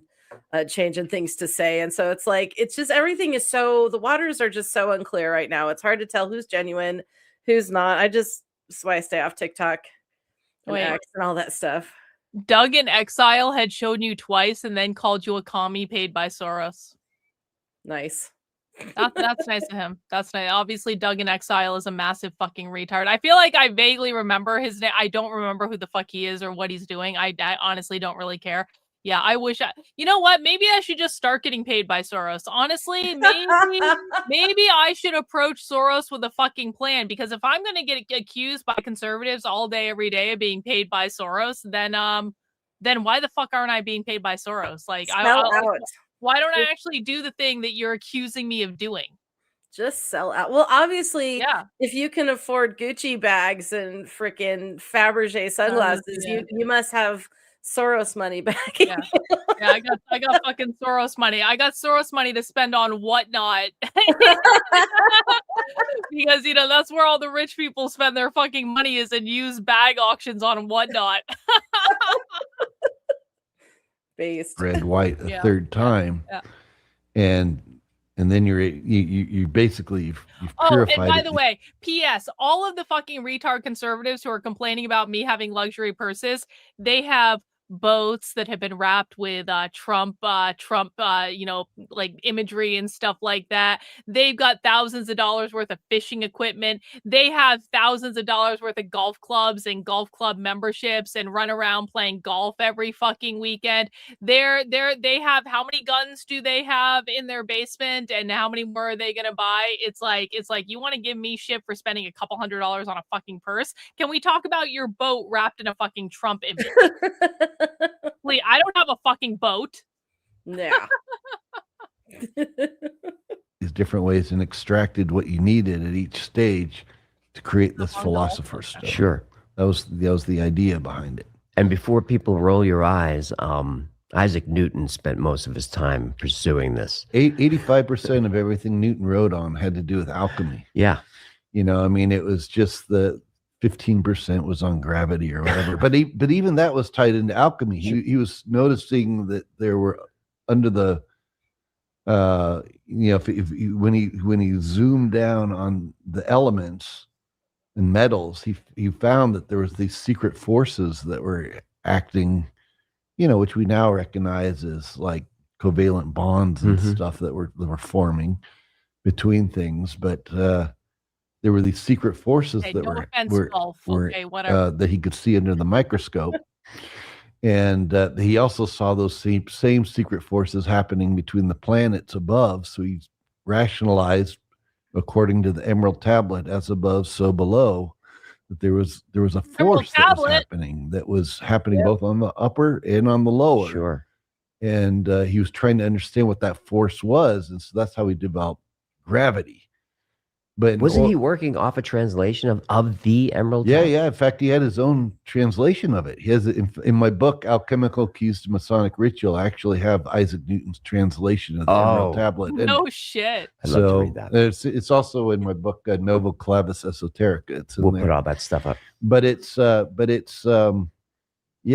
what Newton was doing. And by the way, there's in that stage of the alchemical process, there's a certain point where, whether you're working with metals like gold or whether you're working with herbs, where you are trying to extract the secret salts out, this hidden mana, these monoatomics, there's a certain point where it turns yellow. Very yellow, and it looks like piss. Yes. And the alchemists called this the alchemist urine. I mean, this is why everyone thought that you had to extract it out of urine. That's what I thought. Right, but it's not actual urine. Oh. It's philosophical urine. It's the alchemists described what things looked like. That hit me funny. Not what they actually were. So it looked like urine, so they called it urine, or same reason why they called, when they first started digesting an herb and it would start to turn reddish, they called it menstruum. But it wasn't actual menstruum. I would hope not. So it wasn't. And I watched your great episode on the Emerald Tablet and the discovery phosphorus and that came out of that, but it was the true urine had nothing to do with urine. Thank goodness. It had to do with it. He needs to stop saying that word. So all those people on those forums that were collecting their urine, they made a terrible mistake. Terrible mistake. Yeah. I mean, there are some people that believe that their pineal gland is excreting melatonin, but also dimethyltryptamine, DMT. Sure. And that it gets collected in the urine so that they could extract that out of the urine. Oh, I never But- heard that. I'm not going to Yeah, try that one. but that's not.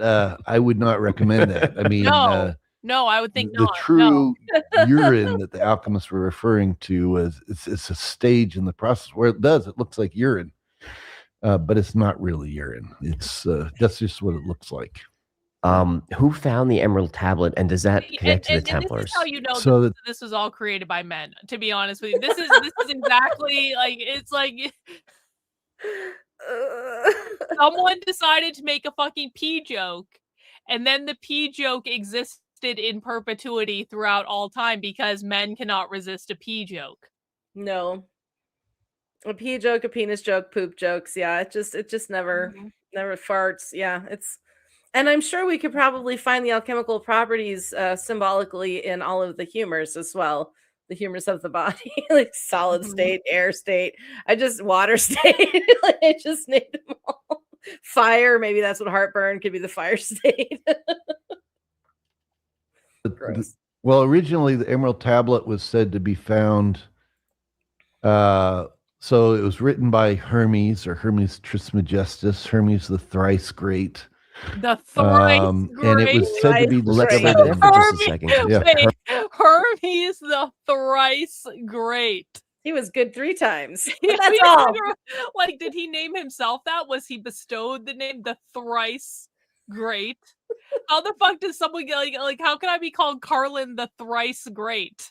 I mean, but I think you're better I think you've been great more than 3 times though. But thrice is just such a good word. It's such it's an attention getter for sure. Hermes Trismegistus, so that's Hermes and I think and Osiris together, yes? Well, it's kind of so the story of Osiris, as I just mentioned, was an alchemical metaphor. It was also the story of Atlantis, right? Where it was originally the civilization. It got chopped up, The bestest, thanks. sent Cynthia. out. Isis, right, which by the bestest. way, her name means Yeah. throne or power. Osiris's name in Egyptian is Osar. Osar. It was the Greek that named him Osiris, but his original name in ancient Egyptian is Osar, and the us part of it means Isis. And it means throne, because that's where the power comes from. Right. And then the Sar was his part. By the way, Sar is where we get the word sir and sire from. Okay. But the throne was Isis. So the seat of power was Isis. So she goes and collects the pieces, brings them back together, resurrects them. And that's the story of Egypt. Right. Right. And Hermes is the god of writing and knowledge. Great. Writing knowledge. He was in ancient Egyptian, That's he why was the Thoth thrice or great. Tahuti. Thoth. Right. Thoth, yes. Yep. So and by the way, I thought that was Horus for some. that okay. thought that was story Horus as of well. Osiris also symbolically represented from a Maybe Gnostic Hermes came standpoint. out of maybe Horus It is represents the path. Yeah, I'm not gonna try. I'm not trying to figure out the fucking. I can see a big map in my head right now of all these fucking names and how they connect, and I'm just like, that we all go through where we come into this Maybe another world, we night for that. incarnate, we see everything in pieces. They're as separate. And it's only when we're able to put them all back together again into the oneness Yo! that we have. W's in chat for Channel Logo, a rare gifted channel membership on DISENRAGE. Thank you, sir. I Woo! appreciate that. Or madam, whichever the case. I don't want to misgender you or nothing. Chicalago. That's fun. The understanding of that we're all a part of this Chica universal intelligence. This is why I need you here for 8 hours. Probably a Yeah. madam. So that's another Right. side. But Yep. so the Osiris myth represented all these things, right? Okay, and, so and, back. and the pharaohs used to go through an initiation rite where they would be symbolically killed, Mhm. like Osiris. Yeah. Not to be outdone. Not to we have done the Queen, Cynthia W's, Madam W's. Thank you so much. We appreciate that. And then brought back. And by the way, this is what Templars believe Jesus was doing with Lazarus. He was initiating him, because in Hebrew, Lazarus is El Asur. Well, El is the Egyptian article for God, and Asur was the ancient Egyptian name for the god Osiris.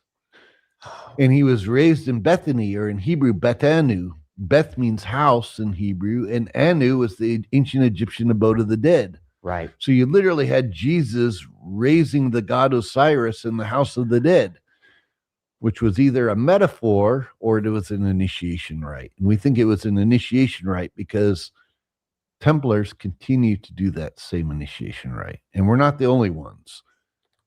The Mayans continue to this day do that same initiation rite. And you're raised by the same grip, the same hand grip. And that's how when the Templars went over and met with the Mayans, they were able to give them this hand grip, and they recognized it. Yep. The Hopi, they recognized this same hand grip. They say this hand grip was given to them right before the last shaking of the earth. And it was given so that everyone, all the high priesthoods, this high shaman would all recognize each other again. That's fascinating. We came back together. Because the Hopi also have a legend about the ant people coming Correct. out of the caves. That's right. Who had brought them underground Yes. right before the shaking of the got it. earth. Yes. Nope. Yeah, it's the What do you same. got, Jennifer? Horus is the Egyptian god of sky, kingship, protection, and vengeance. For some reason, I had him associated with knowledge and learning and that kind of thing, but that is actually Thoth, who is reinterpreted to Hermes. Okay. So the Knights Templar we probably shouldn't have doubted the Knights Templar, if we're being honest about it. I'm like, seriously, like, yeah, whatever you say, dude. Yeah, like you're the expert, bro. We don't know shit. Cataclysmic myths, but the Druze of Lebanon, they have this same grip that they're giving in their initiations. The Sufi have this same grip. This same grip can be found within the Kabbalistic traditions of the Judaic Kabbalistic traditions. So it is all associated with this symbolic death and raising ritual. And the fact that all these different cultures separated are practicing it and have the exact same grip suggests it all goes back to the same source. I was down in Yucatan years ago, and I was meeting with the Mayan, and we give this grip to this day. I still participate when we do our tours. I'll allow them to participate in these ceremonies down there, and they'll do them. The Mayans will do these ceremonies for us because of my association with them.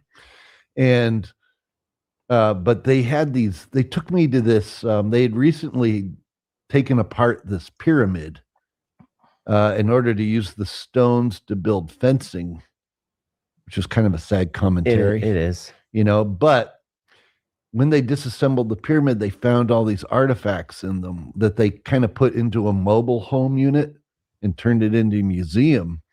Oh. And the figures are performing this initiation rite. Amazing. And I asked him, I said, well, how old are these figurines? Do you know?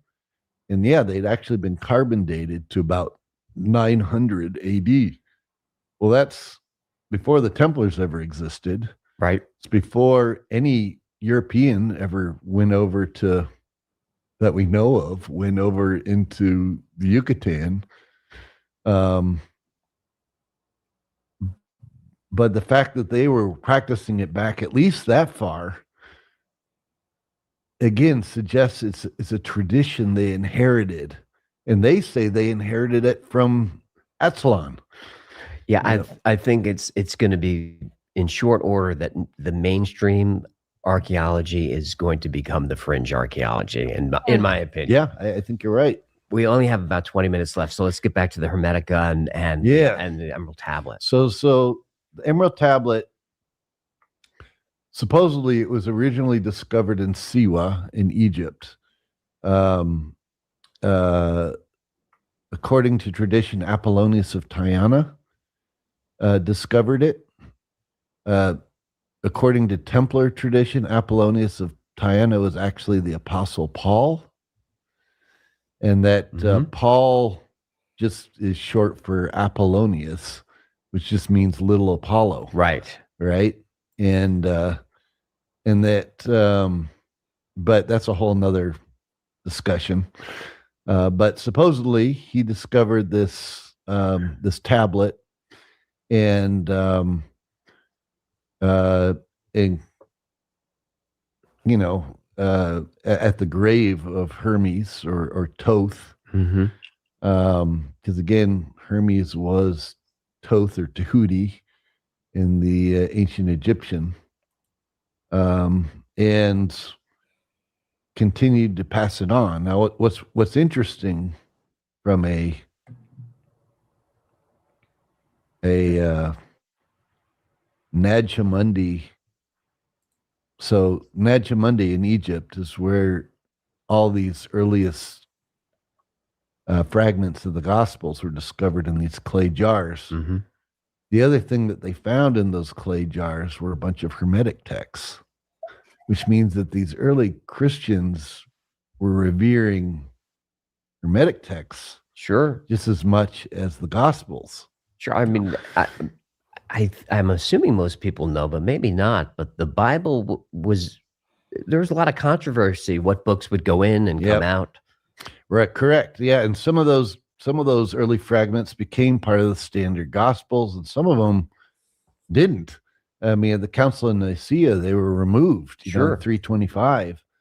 So the Gnostic texts were not going to make it in there. Yeah, and a lot of the Gnostic texts just weren't going to make it in because they painted a different perspective. But those Gnostic texts were in line with the Hermetic texts. And one of the things we have to understand about Hermeticism in general, and the Emerald Tablet falls into this as well. It talks about as above, so below. And it says that all was created by the meditation of the one. And it all goes back to the one mind. Well, Hermeticists believe that, look, if you're the creator of all that is, say there's nothing around you to create with, because you're all that is, right? You're the singular intelligence. The only way that you could create is within your own mind. And therefore, everything that we see around us that we think is real and solid and everything else is just mind stuff. It's the mind of the creator. Yup. Stuff. And of course, 20th century physicists told us this. I mean, people like Maxwell Planck and Heisenberg and others, they all said the more they look at the foundation blocks of matter, the more they appears that we're living in a mind. It's all mind stuff. Sure. If you can explain the collapse of the wave function, then go get your Nobel Prize. That's exactly right. That's exactly right. But it's completely in line with the Hermetic text. Sure. And of course, this is completely in line with the things Jesus was saying too. The more I just realize how fake and gay everything is, the more I'm just like, I would have lived my life so differently had I figured this shit out like 20 years ago. That's always true like anyone. It's like literally everything is fake. Everyone who gets into any major system is following some fake and gay thing that they need to do in order to navigate whatever elite system they're getting into. It's all bullshit anyway. It's just made up credentialism, and then people think it's superior even though, like, who really said it was superior? Like, anything that gets published in fucking academic journals is usually fake and gay, and those are the things that are considered to be the most prestigious. Anything that gets published or like aired in news media is all fucking fake and gay, and the people who work at the major media outlets, they're literally fucking propagandists that are made to feel like we are journalists and we have all these journalism awards and blah blah blah blah blah. And they're gonna make movies about how great we are as journalists and all this bullshit. Everyone who is in politics is is fake and gay and also fucking stupid. Like low IQ midwits. Like for the most part, they get elected into like the highest offices in the fucking land. It's just like literally on and on and on and on. Like everything is fake. Every single fucking thing that is considered to be status worthy in our society is just like made up bullshit, honestly. Is it peer reviewed? Is it peer reviewed? Yeah, so am I drinking out of the right cup of tea at my it's like shut the fuck up. Honest to God. The peer review is done by people who are just as fake and gay as you are. I used to do peer review. I used to fucking do peer review for a journal. Like it's all fucking fake.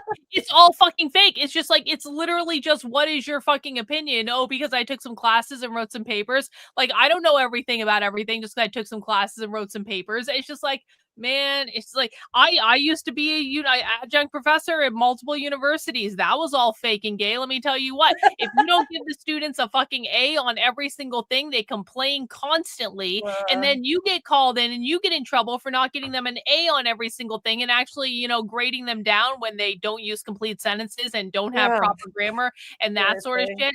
And then you get bad reviews, and I just like quit doing it. I was like, fuck this shit. I literally didn't sign up for this like at all in any way. And I don't know, man. They don't care about educating the children. They care about their numbers. But how come all of the people coming out of your school are C average? Well, because their students suck. And well, you get better teachers. See, it doesn't matter anymore. Well, everybody gets an A. Everybody gets a ribbon. Everybody gets a trophy. Everybody gets a pat on the back. But it's even in like corporate America. It's like this, they want to believe that like, oh, the people that get, promoted and stuff, it's because they do the best job. No, it's not because they do the best job. Like organizations love people who are mediocre, who do not rock the boat, who don't implement any new ideas, who don't even really think for themselves. They just follow orders with what they're told to do. Like I worked in so many organizations where the best, most high-speed people got fired because the organization didn't want the best, most high-speed people because they rocked the boat. They tried to change things too quickly. They called things out when they were stupid, and then other people got pissed off that they called things out that they were stupid. And so then everyone in the office turns against the person saying, this is fucking stupid, and they end up being the bad guy, even though they're probably right, quite frankly, but that doesn't fucking matter because we don't want meritocracy. We want conformity. I've definitely gotten in trouble at office jobs where I was pointing out flaws in the system and how we could do this more efficiently. And they're like, shh, no. Don't ever say that to anybody above your manager or you're going to find yourself out the door. It's like, why? Why are we sitting here wasting time and money on this redundant system of redundancy when we could just be done? And you guys want me to be this productive, but I can't be because I have all this redundant garbage I have to do and it makes no sense. And lame. It's lame. That's why I love being self-employed. That is, I'm telling you, if y'all can be self-employed, frickin' do that shit. I was just reflecting on that. I have now been self-employed, like full-time for over 10 years. And I'm like, you know what? That's actually pretty fucking cool, Karlyn, that you pulled that shit off. That's actually pretty fucking cool. And I can't imagine going back and working for anyone else. I think I would literally sooner lose all my money, be homeless, out on the street, camping somewhere. Hopefully I'll go somewhere warm or something, like with Victor. Like, not that would ever actually happen, but like that is actually, I would sooner do that than actually go work in an office job again. Oh yeah. When I started my business, my esthetician business, I was like, if it fails, fine, I'll sell everything I have and live in a little tiny studio and live within my means, and I'll go be a waitress, but I'm never doing a fucking office job again. Fuck that. I'm done with it. I hate it. And I'll live within my means and just be happy with what I have. And I'll learn a whole new level of gratitude. So I was not scared of failing because I knew whatever happened, I had a backup plan. I could make it work. It'll be fine. And that's what people, they get caught up in that fear. Like, oh, if I lose my job, I lose everything else. It's like, there are other ways to do things. There's always a way out. There's always a route to your happiness. Get off the game wagon, out of the merry-go-round. And guess what? If you work for yourself, you never have to worry really about losing your job for some stupid bullshit reason, just because your boss had a bad day or your boss was jealous of you or you actually did something correct, but you pissed off other people that have been there longer by doing the right thing and blah, da, da, da, da. It's like there's like a level of risk to it, of course, but it's also just like, I'm never going to get fired. I could piss off my audience and then I have to go find a whole new audience to pay my, pay my super chats and like memberships and things like that so I can actually pay my bills. And so that would kind of suck, but it's also just like, no one's ever going to fire me for saying, fuck Israel on my YouTube channel. Nope. You can freedom of speech, and you can take as many sick days as you need and actually get better instead of begging them for one more day off or 2 more days off, and then go infect the rest of the office. Yep. You can take a vacation, although you don't get paid when you go on vacation. So you got to mitigate that. Sometimes you have to work, but like you can go wherever the fuck you want you can work all hours of the night like I do and then go to bed at 4 a.m. and then sleep until noon every day. And then, get up whenever the fuck I want. Yep. Totally. There's a liberty to it that is unmatched, I must say. Yep. I see. It's so funny. I still feel guilty sometimes about like sleeping in, even though Victor's like, Karlyn, what the fuck are you talking about? You work all fucking night. You should be able to sleep. Like you should. And I'm like, I feel good. It's like, I feel like I should get up in the morning and be more productive in the morning. But then I would get like 3 hours of sleep a night and that just wouldn't actually be. We have opposite schedules. Like, instead of corporate America and how they've trained us started in school to train us to get up early, join the group of rowers who are rowing the boat for the day, and then you get to go home and crash. We are productive when our brain and body is ready to be productive, and we can follow that natural rhythm. And then you just sleep when you need to sleep. But I have the same thing where I'm like, I feel like I should get up in the morning and be productive because that is the programming that they've given us our whole lives. And you have to remember, my day just starts later than everybody else. I'm just on a different schedule. There are people who work nights, and we don't shame them for sleeping in. So I work nights. Yeah, I work nights. Exactly. I work afternoons and nights, and then I sleep.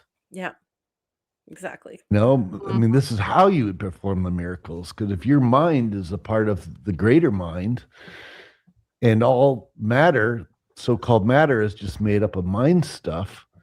Mind stuff. It's great. What language is the tablet in, and who created it? So supposedly this original Emerald Tablet, which has never been found, but has been translated over the centuries, was written in Phoenician. Oh, okay. So Phoenician, the thing we have to understand about Phoenician is the Phoenicians were basically the cousins of the Egyptians. In fact, even Osiris, when his body finally, the parts of his body were reassembled, it was in Byblos, which was a Phoenician city, right? But the Phoenicians, and by the way, if you look at the hieroglyphs for the letters, the simple letters, the standard letters, not like complex hieroglyphs that explain different concepts, but like actual letter forms. You look at the Egyptian hieroglyphs, for example, the Egyptian hieroglyph for the letter M is an owl, right? And if you look at the Phoenician letter for the letter M, it looks like the head of that owl. And you take the Phoenician and you take it into the Hebrew letter Mem. It's just a re-emphasis of that Phoenician letter M. Yep. So you can trace the Egyptian hieroglyphs to the Phoenician to the Hebrew very easily. Yep. And I don't think that's controversial. It's not controversial. Right. And that's why a lot of the Egyptian words became Phoenician words, which became Hebrew words. And even to this day. So, but the Emerald Tablet was originally said to be written in this Phoenician language, but was found in Egypt, and supposedly, and then translations of it had been copied for the last several thousand years. Going all the way back, some of the earliest sources were Arabic sources copying it, and then later people like Sir Isaac Newton were making their own translations of it. Could the Phoenicians have gotten that information from the Atlanteans? Possibly.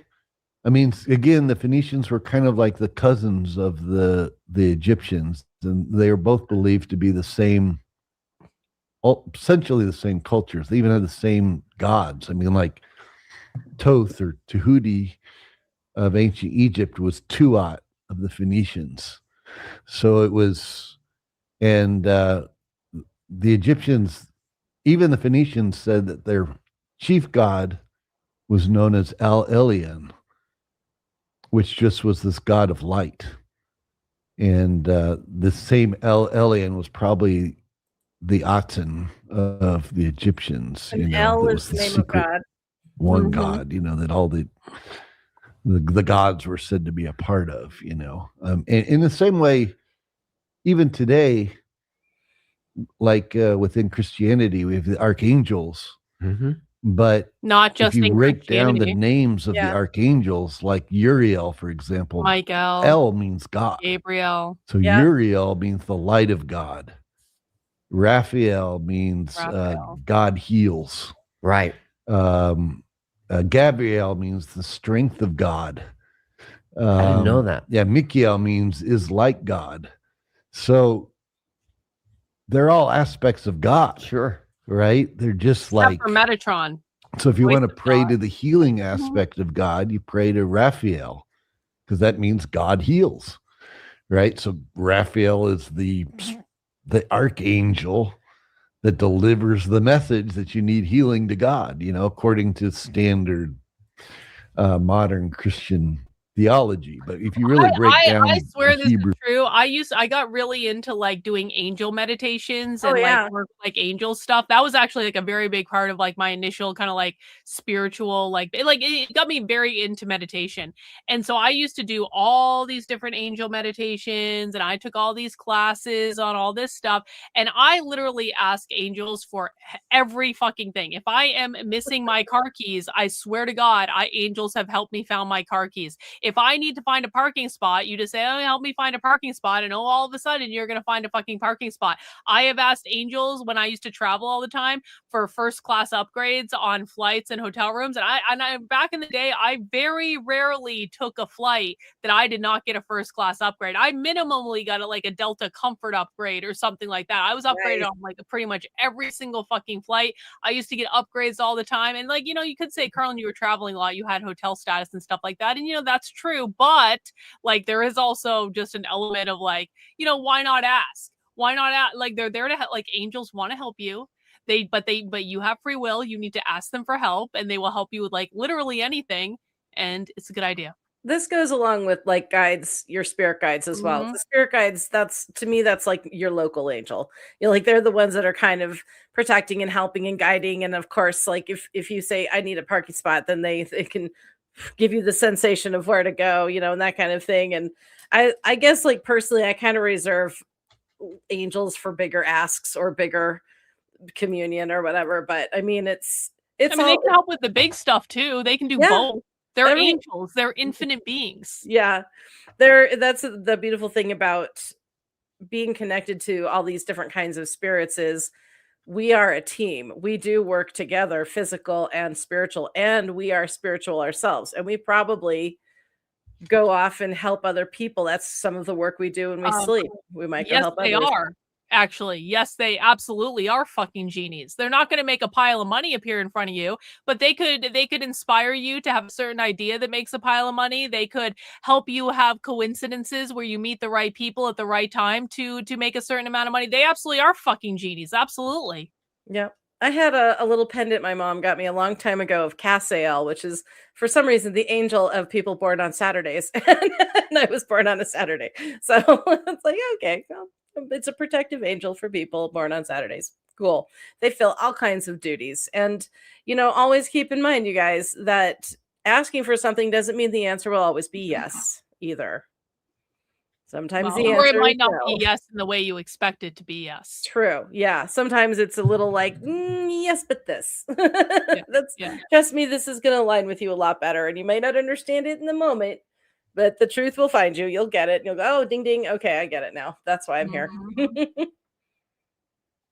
Roots. it's like Christian, these are their own beings, but they're aspects of God. In the same way, ancient Egyptians believed that the different Nibiru, the different gods, were aspects of the one God. And that was the great secret that Akhenaten revealed and then got in trouble for. Oh, yes. I'm sorry. We I'm need to shut sorry. this- Are you a Christian that has wandered in here and is trying to be Christian on our spiritual night? Can you take your Christian bullshit out of here, please? Yeah, and what's going on Don't. with Observer also? Yeah, like what's Not happy. yeah. No. We're not doing this bullshit. No fucking Christianity allowed. This is not about you, Christians. And don't be a dick. This is not okay. Yeah, it's not acceptable. Yeah. So you've got a tour coming up in March. Yeah, end of March, beginning of April to Egypt. What are we going to see that you can't see if you go on? Yeah, so if you go on our tours, we go to all the major temples in Egypt. And so we start out at Giza, and we start to go to the temples around Giza, and then we fly to Luxor, Mm-hmm. and we see Luxor and Karnak, and then and Aswan, and Osirian? yeah, we go to the Osirian Oh, and Yes, Abydos. Yes, Mhm. we're very nice. We're very nice, folks. We're very nice, folks. We said at the beginning of the fucking stream, no fucking Christianity. We are not Christians. We are not interested in Christianity. Jennifer was raised in a Christian cult. We are very nice when you are not coming in to try to force your fucking stupid ass organized religion on us, because we do not want it. And we have nicely requested that you keep that shit out of here. And then you guys get all in your fucking feelings and you get all fucking Christian in my chat and whine and complain and disturb the entire night for all of us. So yes, we're very nice until you don't shut the fuck up. If you don't want to be here and you insist on proselytizing with your Christian bullshit, there's the door, bro. No Christians allowed. No. Well, and wait, these people were insulting us. How come it's on us to take that up the ass and go, oh, it's okay? No. Y'all started that shit. Y'all are gonna stop that shit. We're not. Come on.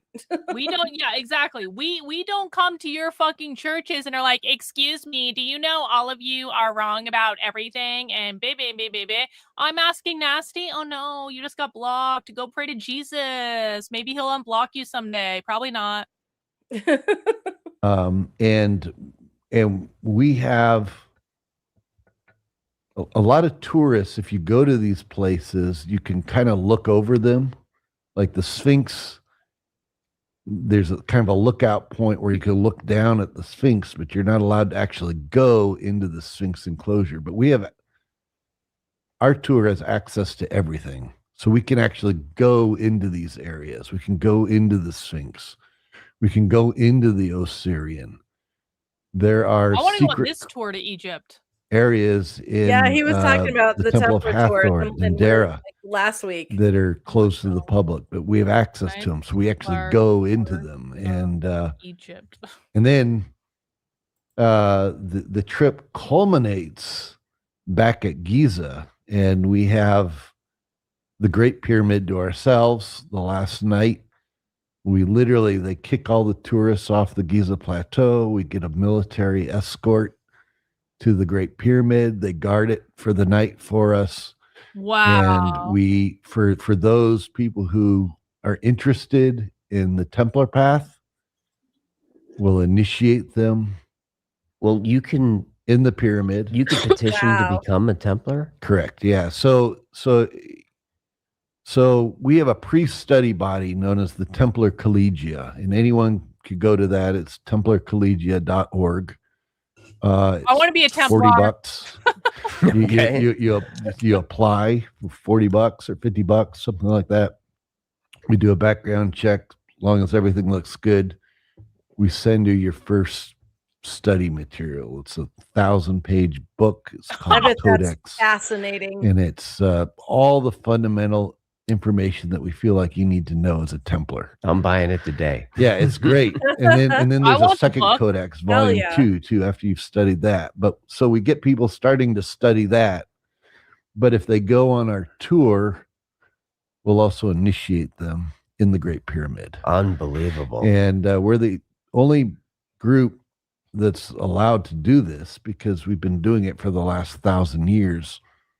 And we do it in the way that was always traditionally done. Has Zahiwas ever gotten in your way? No. Okay. Wow. No. He's a dick. We came close in 2011. We were doing initiations in there, but it was during the Arab Spring. Right. And Mubarak had just gotten deposed, and Zahi Hawass had just gotten fired. Right. And that's a whole nother story. Sure. That, we don't need to get into right now, but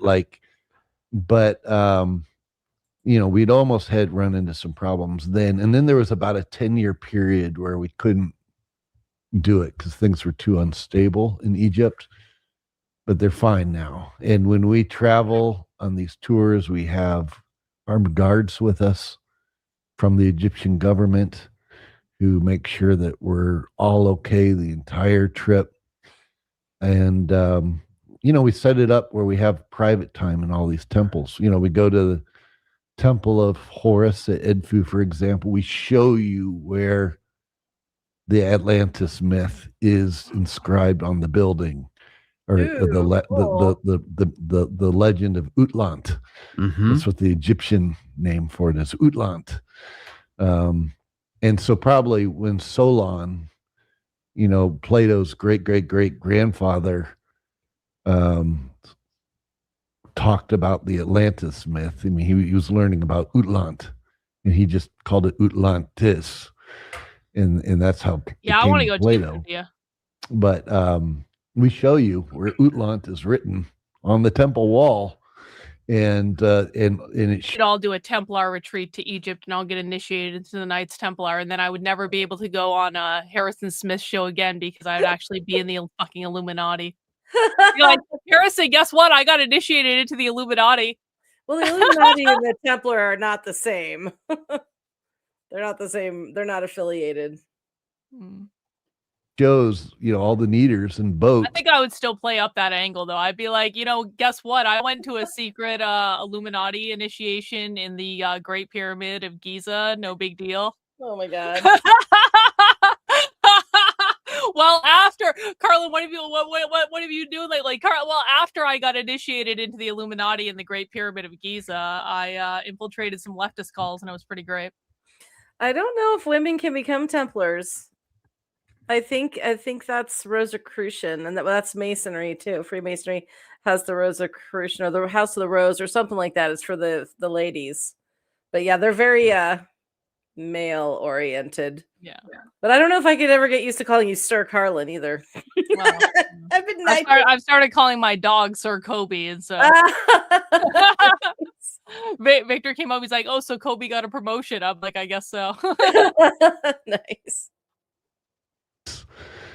Coming to Egypt to set things up. Secret says they do take females. Okay, an ark on the boat. That's pretty cool if they and do. There's actually a replica of one of those arks in the temple Templar of Horus at and that's closed to the public, but we actually have access to that as well, so you can go in and actually see the chamber and see the ark. It's a replica, but it's still there. I would love the influence of the Knights to get us digging in the Hawara labyrinth. Yes. I've known about that I first went there with Robert Bouval back in 2010, 2011, and we were scoping that whole area out. It's been known about for a long time. Well, since ancient. Yeah, exactly. Herodotus. Yeah, and there's still there's statues poking out of the ground and everything there. It's pretty amazing. But there's that metal ring down there. Yeah, 100%. Yeah, that's there's a couple things that still need to be dug up in Egypt. That's one of them. There's also an area we go to on our tour called Elephantine Island. And Elephantine Island looks like a bomb went off on it, but it's where there used to be a very early Jewish temple on that island. There's a temple of Tutmosis III there. Elephantine Island was like the museum for the ancient Egyptians, where they brought all of their discoveries. It's one of the oldest places in Egypt, and it's close to. Got a super chat from Maria. Thanks, Maria. My dad's side used to do all this, but I refused some duties. Now I'm persona non grata. They weren't on board with my idea of equal rights for women. Oh well. Oh, Well, that's weird. interesting. Huh? Yeah. Was it the same group though? It doesn't seem like they're opposed to equal rights for women. Who, the Templars?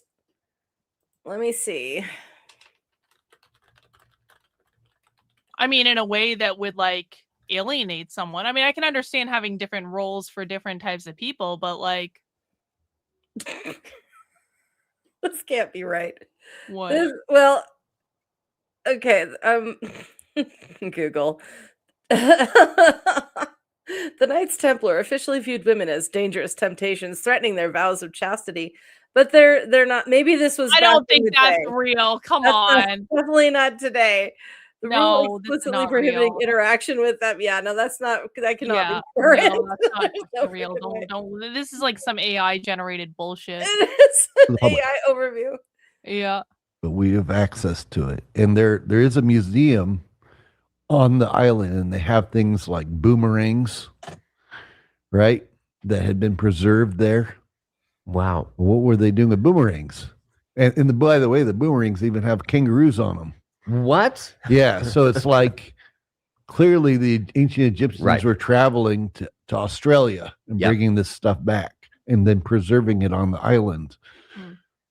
We also know that there's an ark on Elephantine Island that hasn't been dug up yet, Oh. and it's issuing so much energy that it's actually turning the granite into slate on the island, which normally would take Wow. thousands of years, but something's doing it.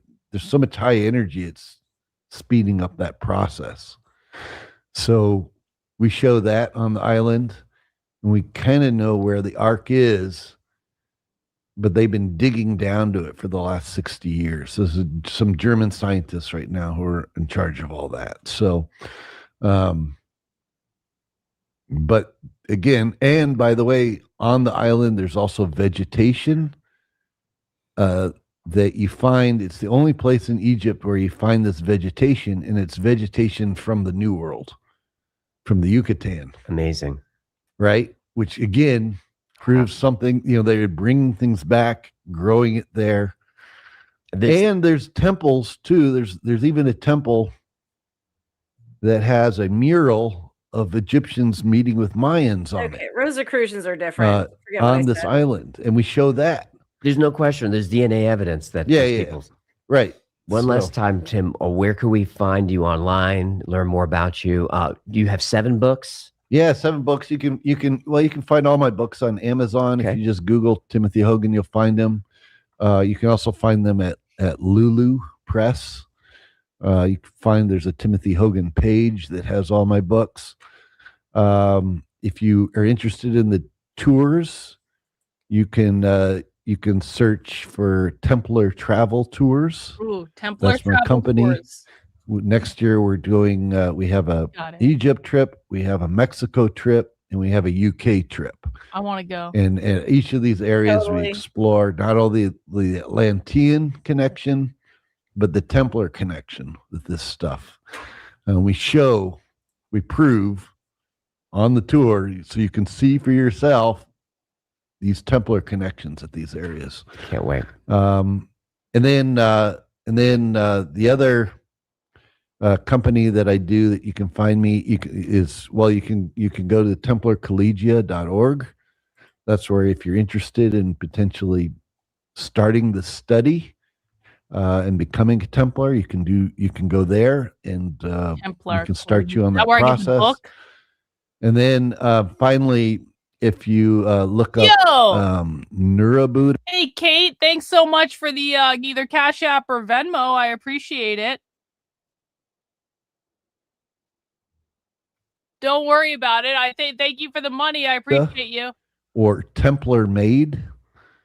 Templar Made is my company where we manufacture monoatomic gold. Okay. and we make that available to the public too. But not with urine. But not with urine. Okay. There's no urine involved. Yeah.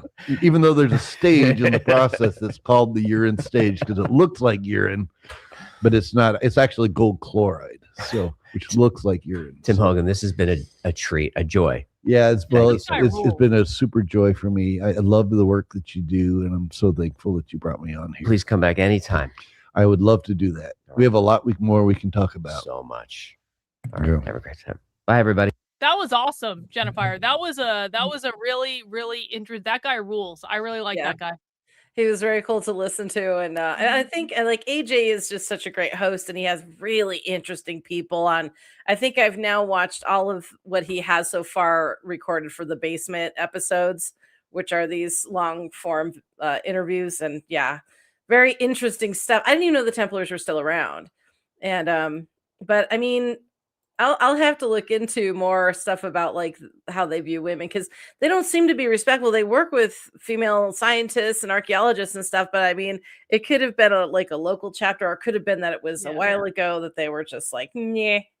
Yeah, So I well, don't know. Maria says, for what it's worth, I investigated this in the 90s in Kern County, so my experience may not be representative nationally or contemporarily. Yeah, I don't know. I like it feels like to me it may have been like a different group or something like that. But like, I mean, I don't know. It's like hard to say because we don't really know much information. But I do really appreciate the super chats. But no, I like that guy. I don't think that guy hates women. I mean and I don't get that vibe from him. Well, the thing about the Templars is they had to pass their knowledge down generationally as well, and so do the Freemasons. So I mean, they have to procreate at some point. So I guess maybe they had a vow of chastity going into the Crusades or something. I don't know. Well, but it's also if you understand the energy stuff, you understand there's masculine and feminine, and they work together and they flow together. That's what yin and yang is. Like everything has to be balanced, and so the idea that a group, like at least with his spiritual beliefs, that they would operate in a way that like was oppressive to women makes no sense at all because that's not in line with what they believe. Yeah. But I'd be interested in looking. Everything I look up on Templars brings me up to medieval crap, so it would take like a little bit more digging. But anyway, yeah, so let's see. Movie night announcements here. We have the amazing Krull this Sunday. Krull. I haven't seen Krull in so long. It's like we're probably talking since like maybe even the 90s. I don't know if I like it may have been since the 90s. Oh my gosh. I had a friend who gave me a copy of it. So I have like a pirated DVD of it that I watched. It's probably been 15 years. Women literally can be. He literally said that. So we got to listen. He literally said women can be part of it. Just saying. Anyway, go ahead. Sorry. Yeah, so yeah, that's like I think I've seen it maybe 15 years ago, but I'm really looking forward to it. True sci-fi fantasy. It hits both genres. Really fun. And then and Mac is going to be doing The Interview on Monday. What is that about? The Interview, it's about two guys that go to North Korea to do like a documentary, and the government they're going to do an interview with the leader, and the U.S. government contacts them and is like, "We need you to take out." Okay, I vaguely remember this movie. All right, it was banned in North Korea, of course, and it was this huge. They almost got sued. Like they got in so much trouble for like doing a movie about assassinating the leader, Kim Jong Il or whoever it is. It was pretty ballsy and pretty funny for a couple of liberal guys too to do this, but. Eventually they got excused or dismissed or what have you, and then it became a sensation. Like they wouldn't even release it, and so it went like straight to DVD, and then it came out in theaters. So it was like a whole shenanigans about it. Well, Jennifer, this is our last DISENRAGE until you get settled in the RV on the road. And so we're taking a little bit of a break again. So I hope everyone enjoyed the last couple of episodes about the Knights Templar. But we will be, even though we're taking a break, we will be back in a couple weeks. But Jennifer's got to, get moved out of her house and get into an RV and, get situated with dogs and cats and all sorts of other things. In a giant bus. I need the extra time to be able to pack because like the pressure is really on, and I'm actually letting go of 2 of my writing circles as well, just for these couple of weeks, because and then there's going to be probably a week where I won't even have, well, about 5 days that I won't have access to my computer at all. I do have my laptop, but you know, so I don't always have that, but still it's going to be really crazy, and I just need the extra time in the evenings for everything. So we will be back, and we will be back with more interesting, cool stuff. And I might even ask Karlyn to pick the subject of our return. Y'all even get to pick something for once. When does Aries season start? That, I mean, we are almost fucking there. March 21st. March 21st. So we got like 3 more days now. We are on Ostara, I believe, is no, the 20th is Friday, so Saturday, and Ostara is Friday. I can feel it building. I can taste it. My month of narcissism has almost begun. And I'm going to be, and I warned people about this earlier. I was like, well, you know, and Jennifer can attest to this. I'm going to be insufferable for the next month. And I'm allowed to, because it's my fucking month and I can do what I want. And this is my time and no one can tell me no. And if you try to tell me no, that's really not going to go well for you. I promise you that. That is a losing fucking battle. Don't poke the Karlyn in April. Don't do it. No. And for the last little bit of March, because honestly, I've been suffering. You know how Pisces energy affects me, Jennifer. I do not like it. I do not want Pisces energy in my life. It is not good for me. It makes me angry, and so no, we need to move out of Pisces and into Aries stat, and we're almost there. Yeah. Hey, it's all about Aries is all about control and doing getting your ducks in a row and everything, and it's about having personal power, and it's very fiery and motivational, so it's kind of the perfect time to move and start new projects. So everybody, you know, get your project lists together and set your goals up. Yeah. Well, no offense to any Pisces. Oh God, your birthday's tomorrow. Oh, I'm happy birthday, Tyler. Happy birthday to all of the remaining Pisces. And I'm very sorry I'm shit talking your sun sign, but I am fire. I am fire, and you assholes are water, and it doesn't fucking work. It doesn't work at all in any way, and I don't like it. No. That's it. Yeah. Well, I'm Earth, and I still have a hard time with many water signs. They're just well, they turn you into mud.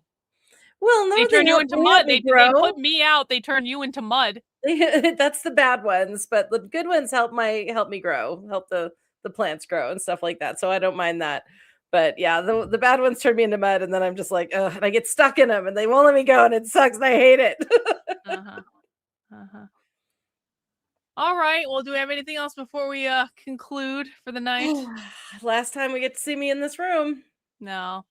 Bye, the end of an era, Jennifer. The end of an era. It is. It really is. And I'm scared, and I'm excited, and I'm just rolling with it. And it's all for the best. Self-medicating with lots of booze. So there you go. It's gonna be okay. Yeah. The house needs to go. The taxes are too high. Colorado fucking sucks. It was a beautiful house. It is a beautiful. It's actually a beautiful fucking house. It's got a beautiful view. It's a great house, and it served you well for a long ass time. And now it's time to move on. And it's gonna go to some, and they're probably gonna be liberals, and you don't even want to be around them anyway. They're from San Diego. Yeah, they're fucking liberals. Yeah, they're fucking. Right in.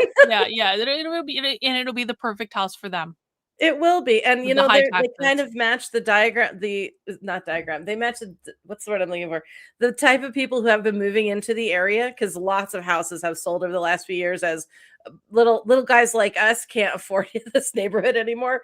But they're all kind of the same, like mid-30s, double employed, no kids. They have like everybody has dogs but no children. There's like one couple that's moved into this neighborhood that has one child in the last 3 years. Nobody has kids. Like, it's crazy. Yeah. So, but it's all kind of the same. What is the damn word? I can't want to say dynamic. Whatever. Anyway, pudding brain. But yeah, they'll fit right in. I think they're going to get along really well with the people next door. So I think it's going to be a really good fit. And I'm very happy for them, because they're into mountaineering and hiking and things, and they're going to love it here. Yeah. It's going to be good for everyone. Demographic. Oh my God, bot. Okay, thank you, demographic. Hey, bot, relax. I wasn't looking at the chat. Something with a D. Thank you, bot. All right.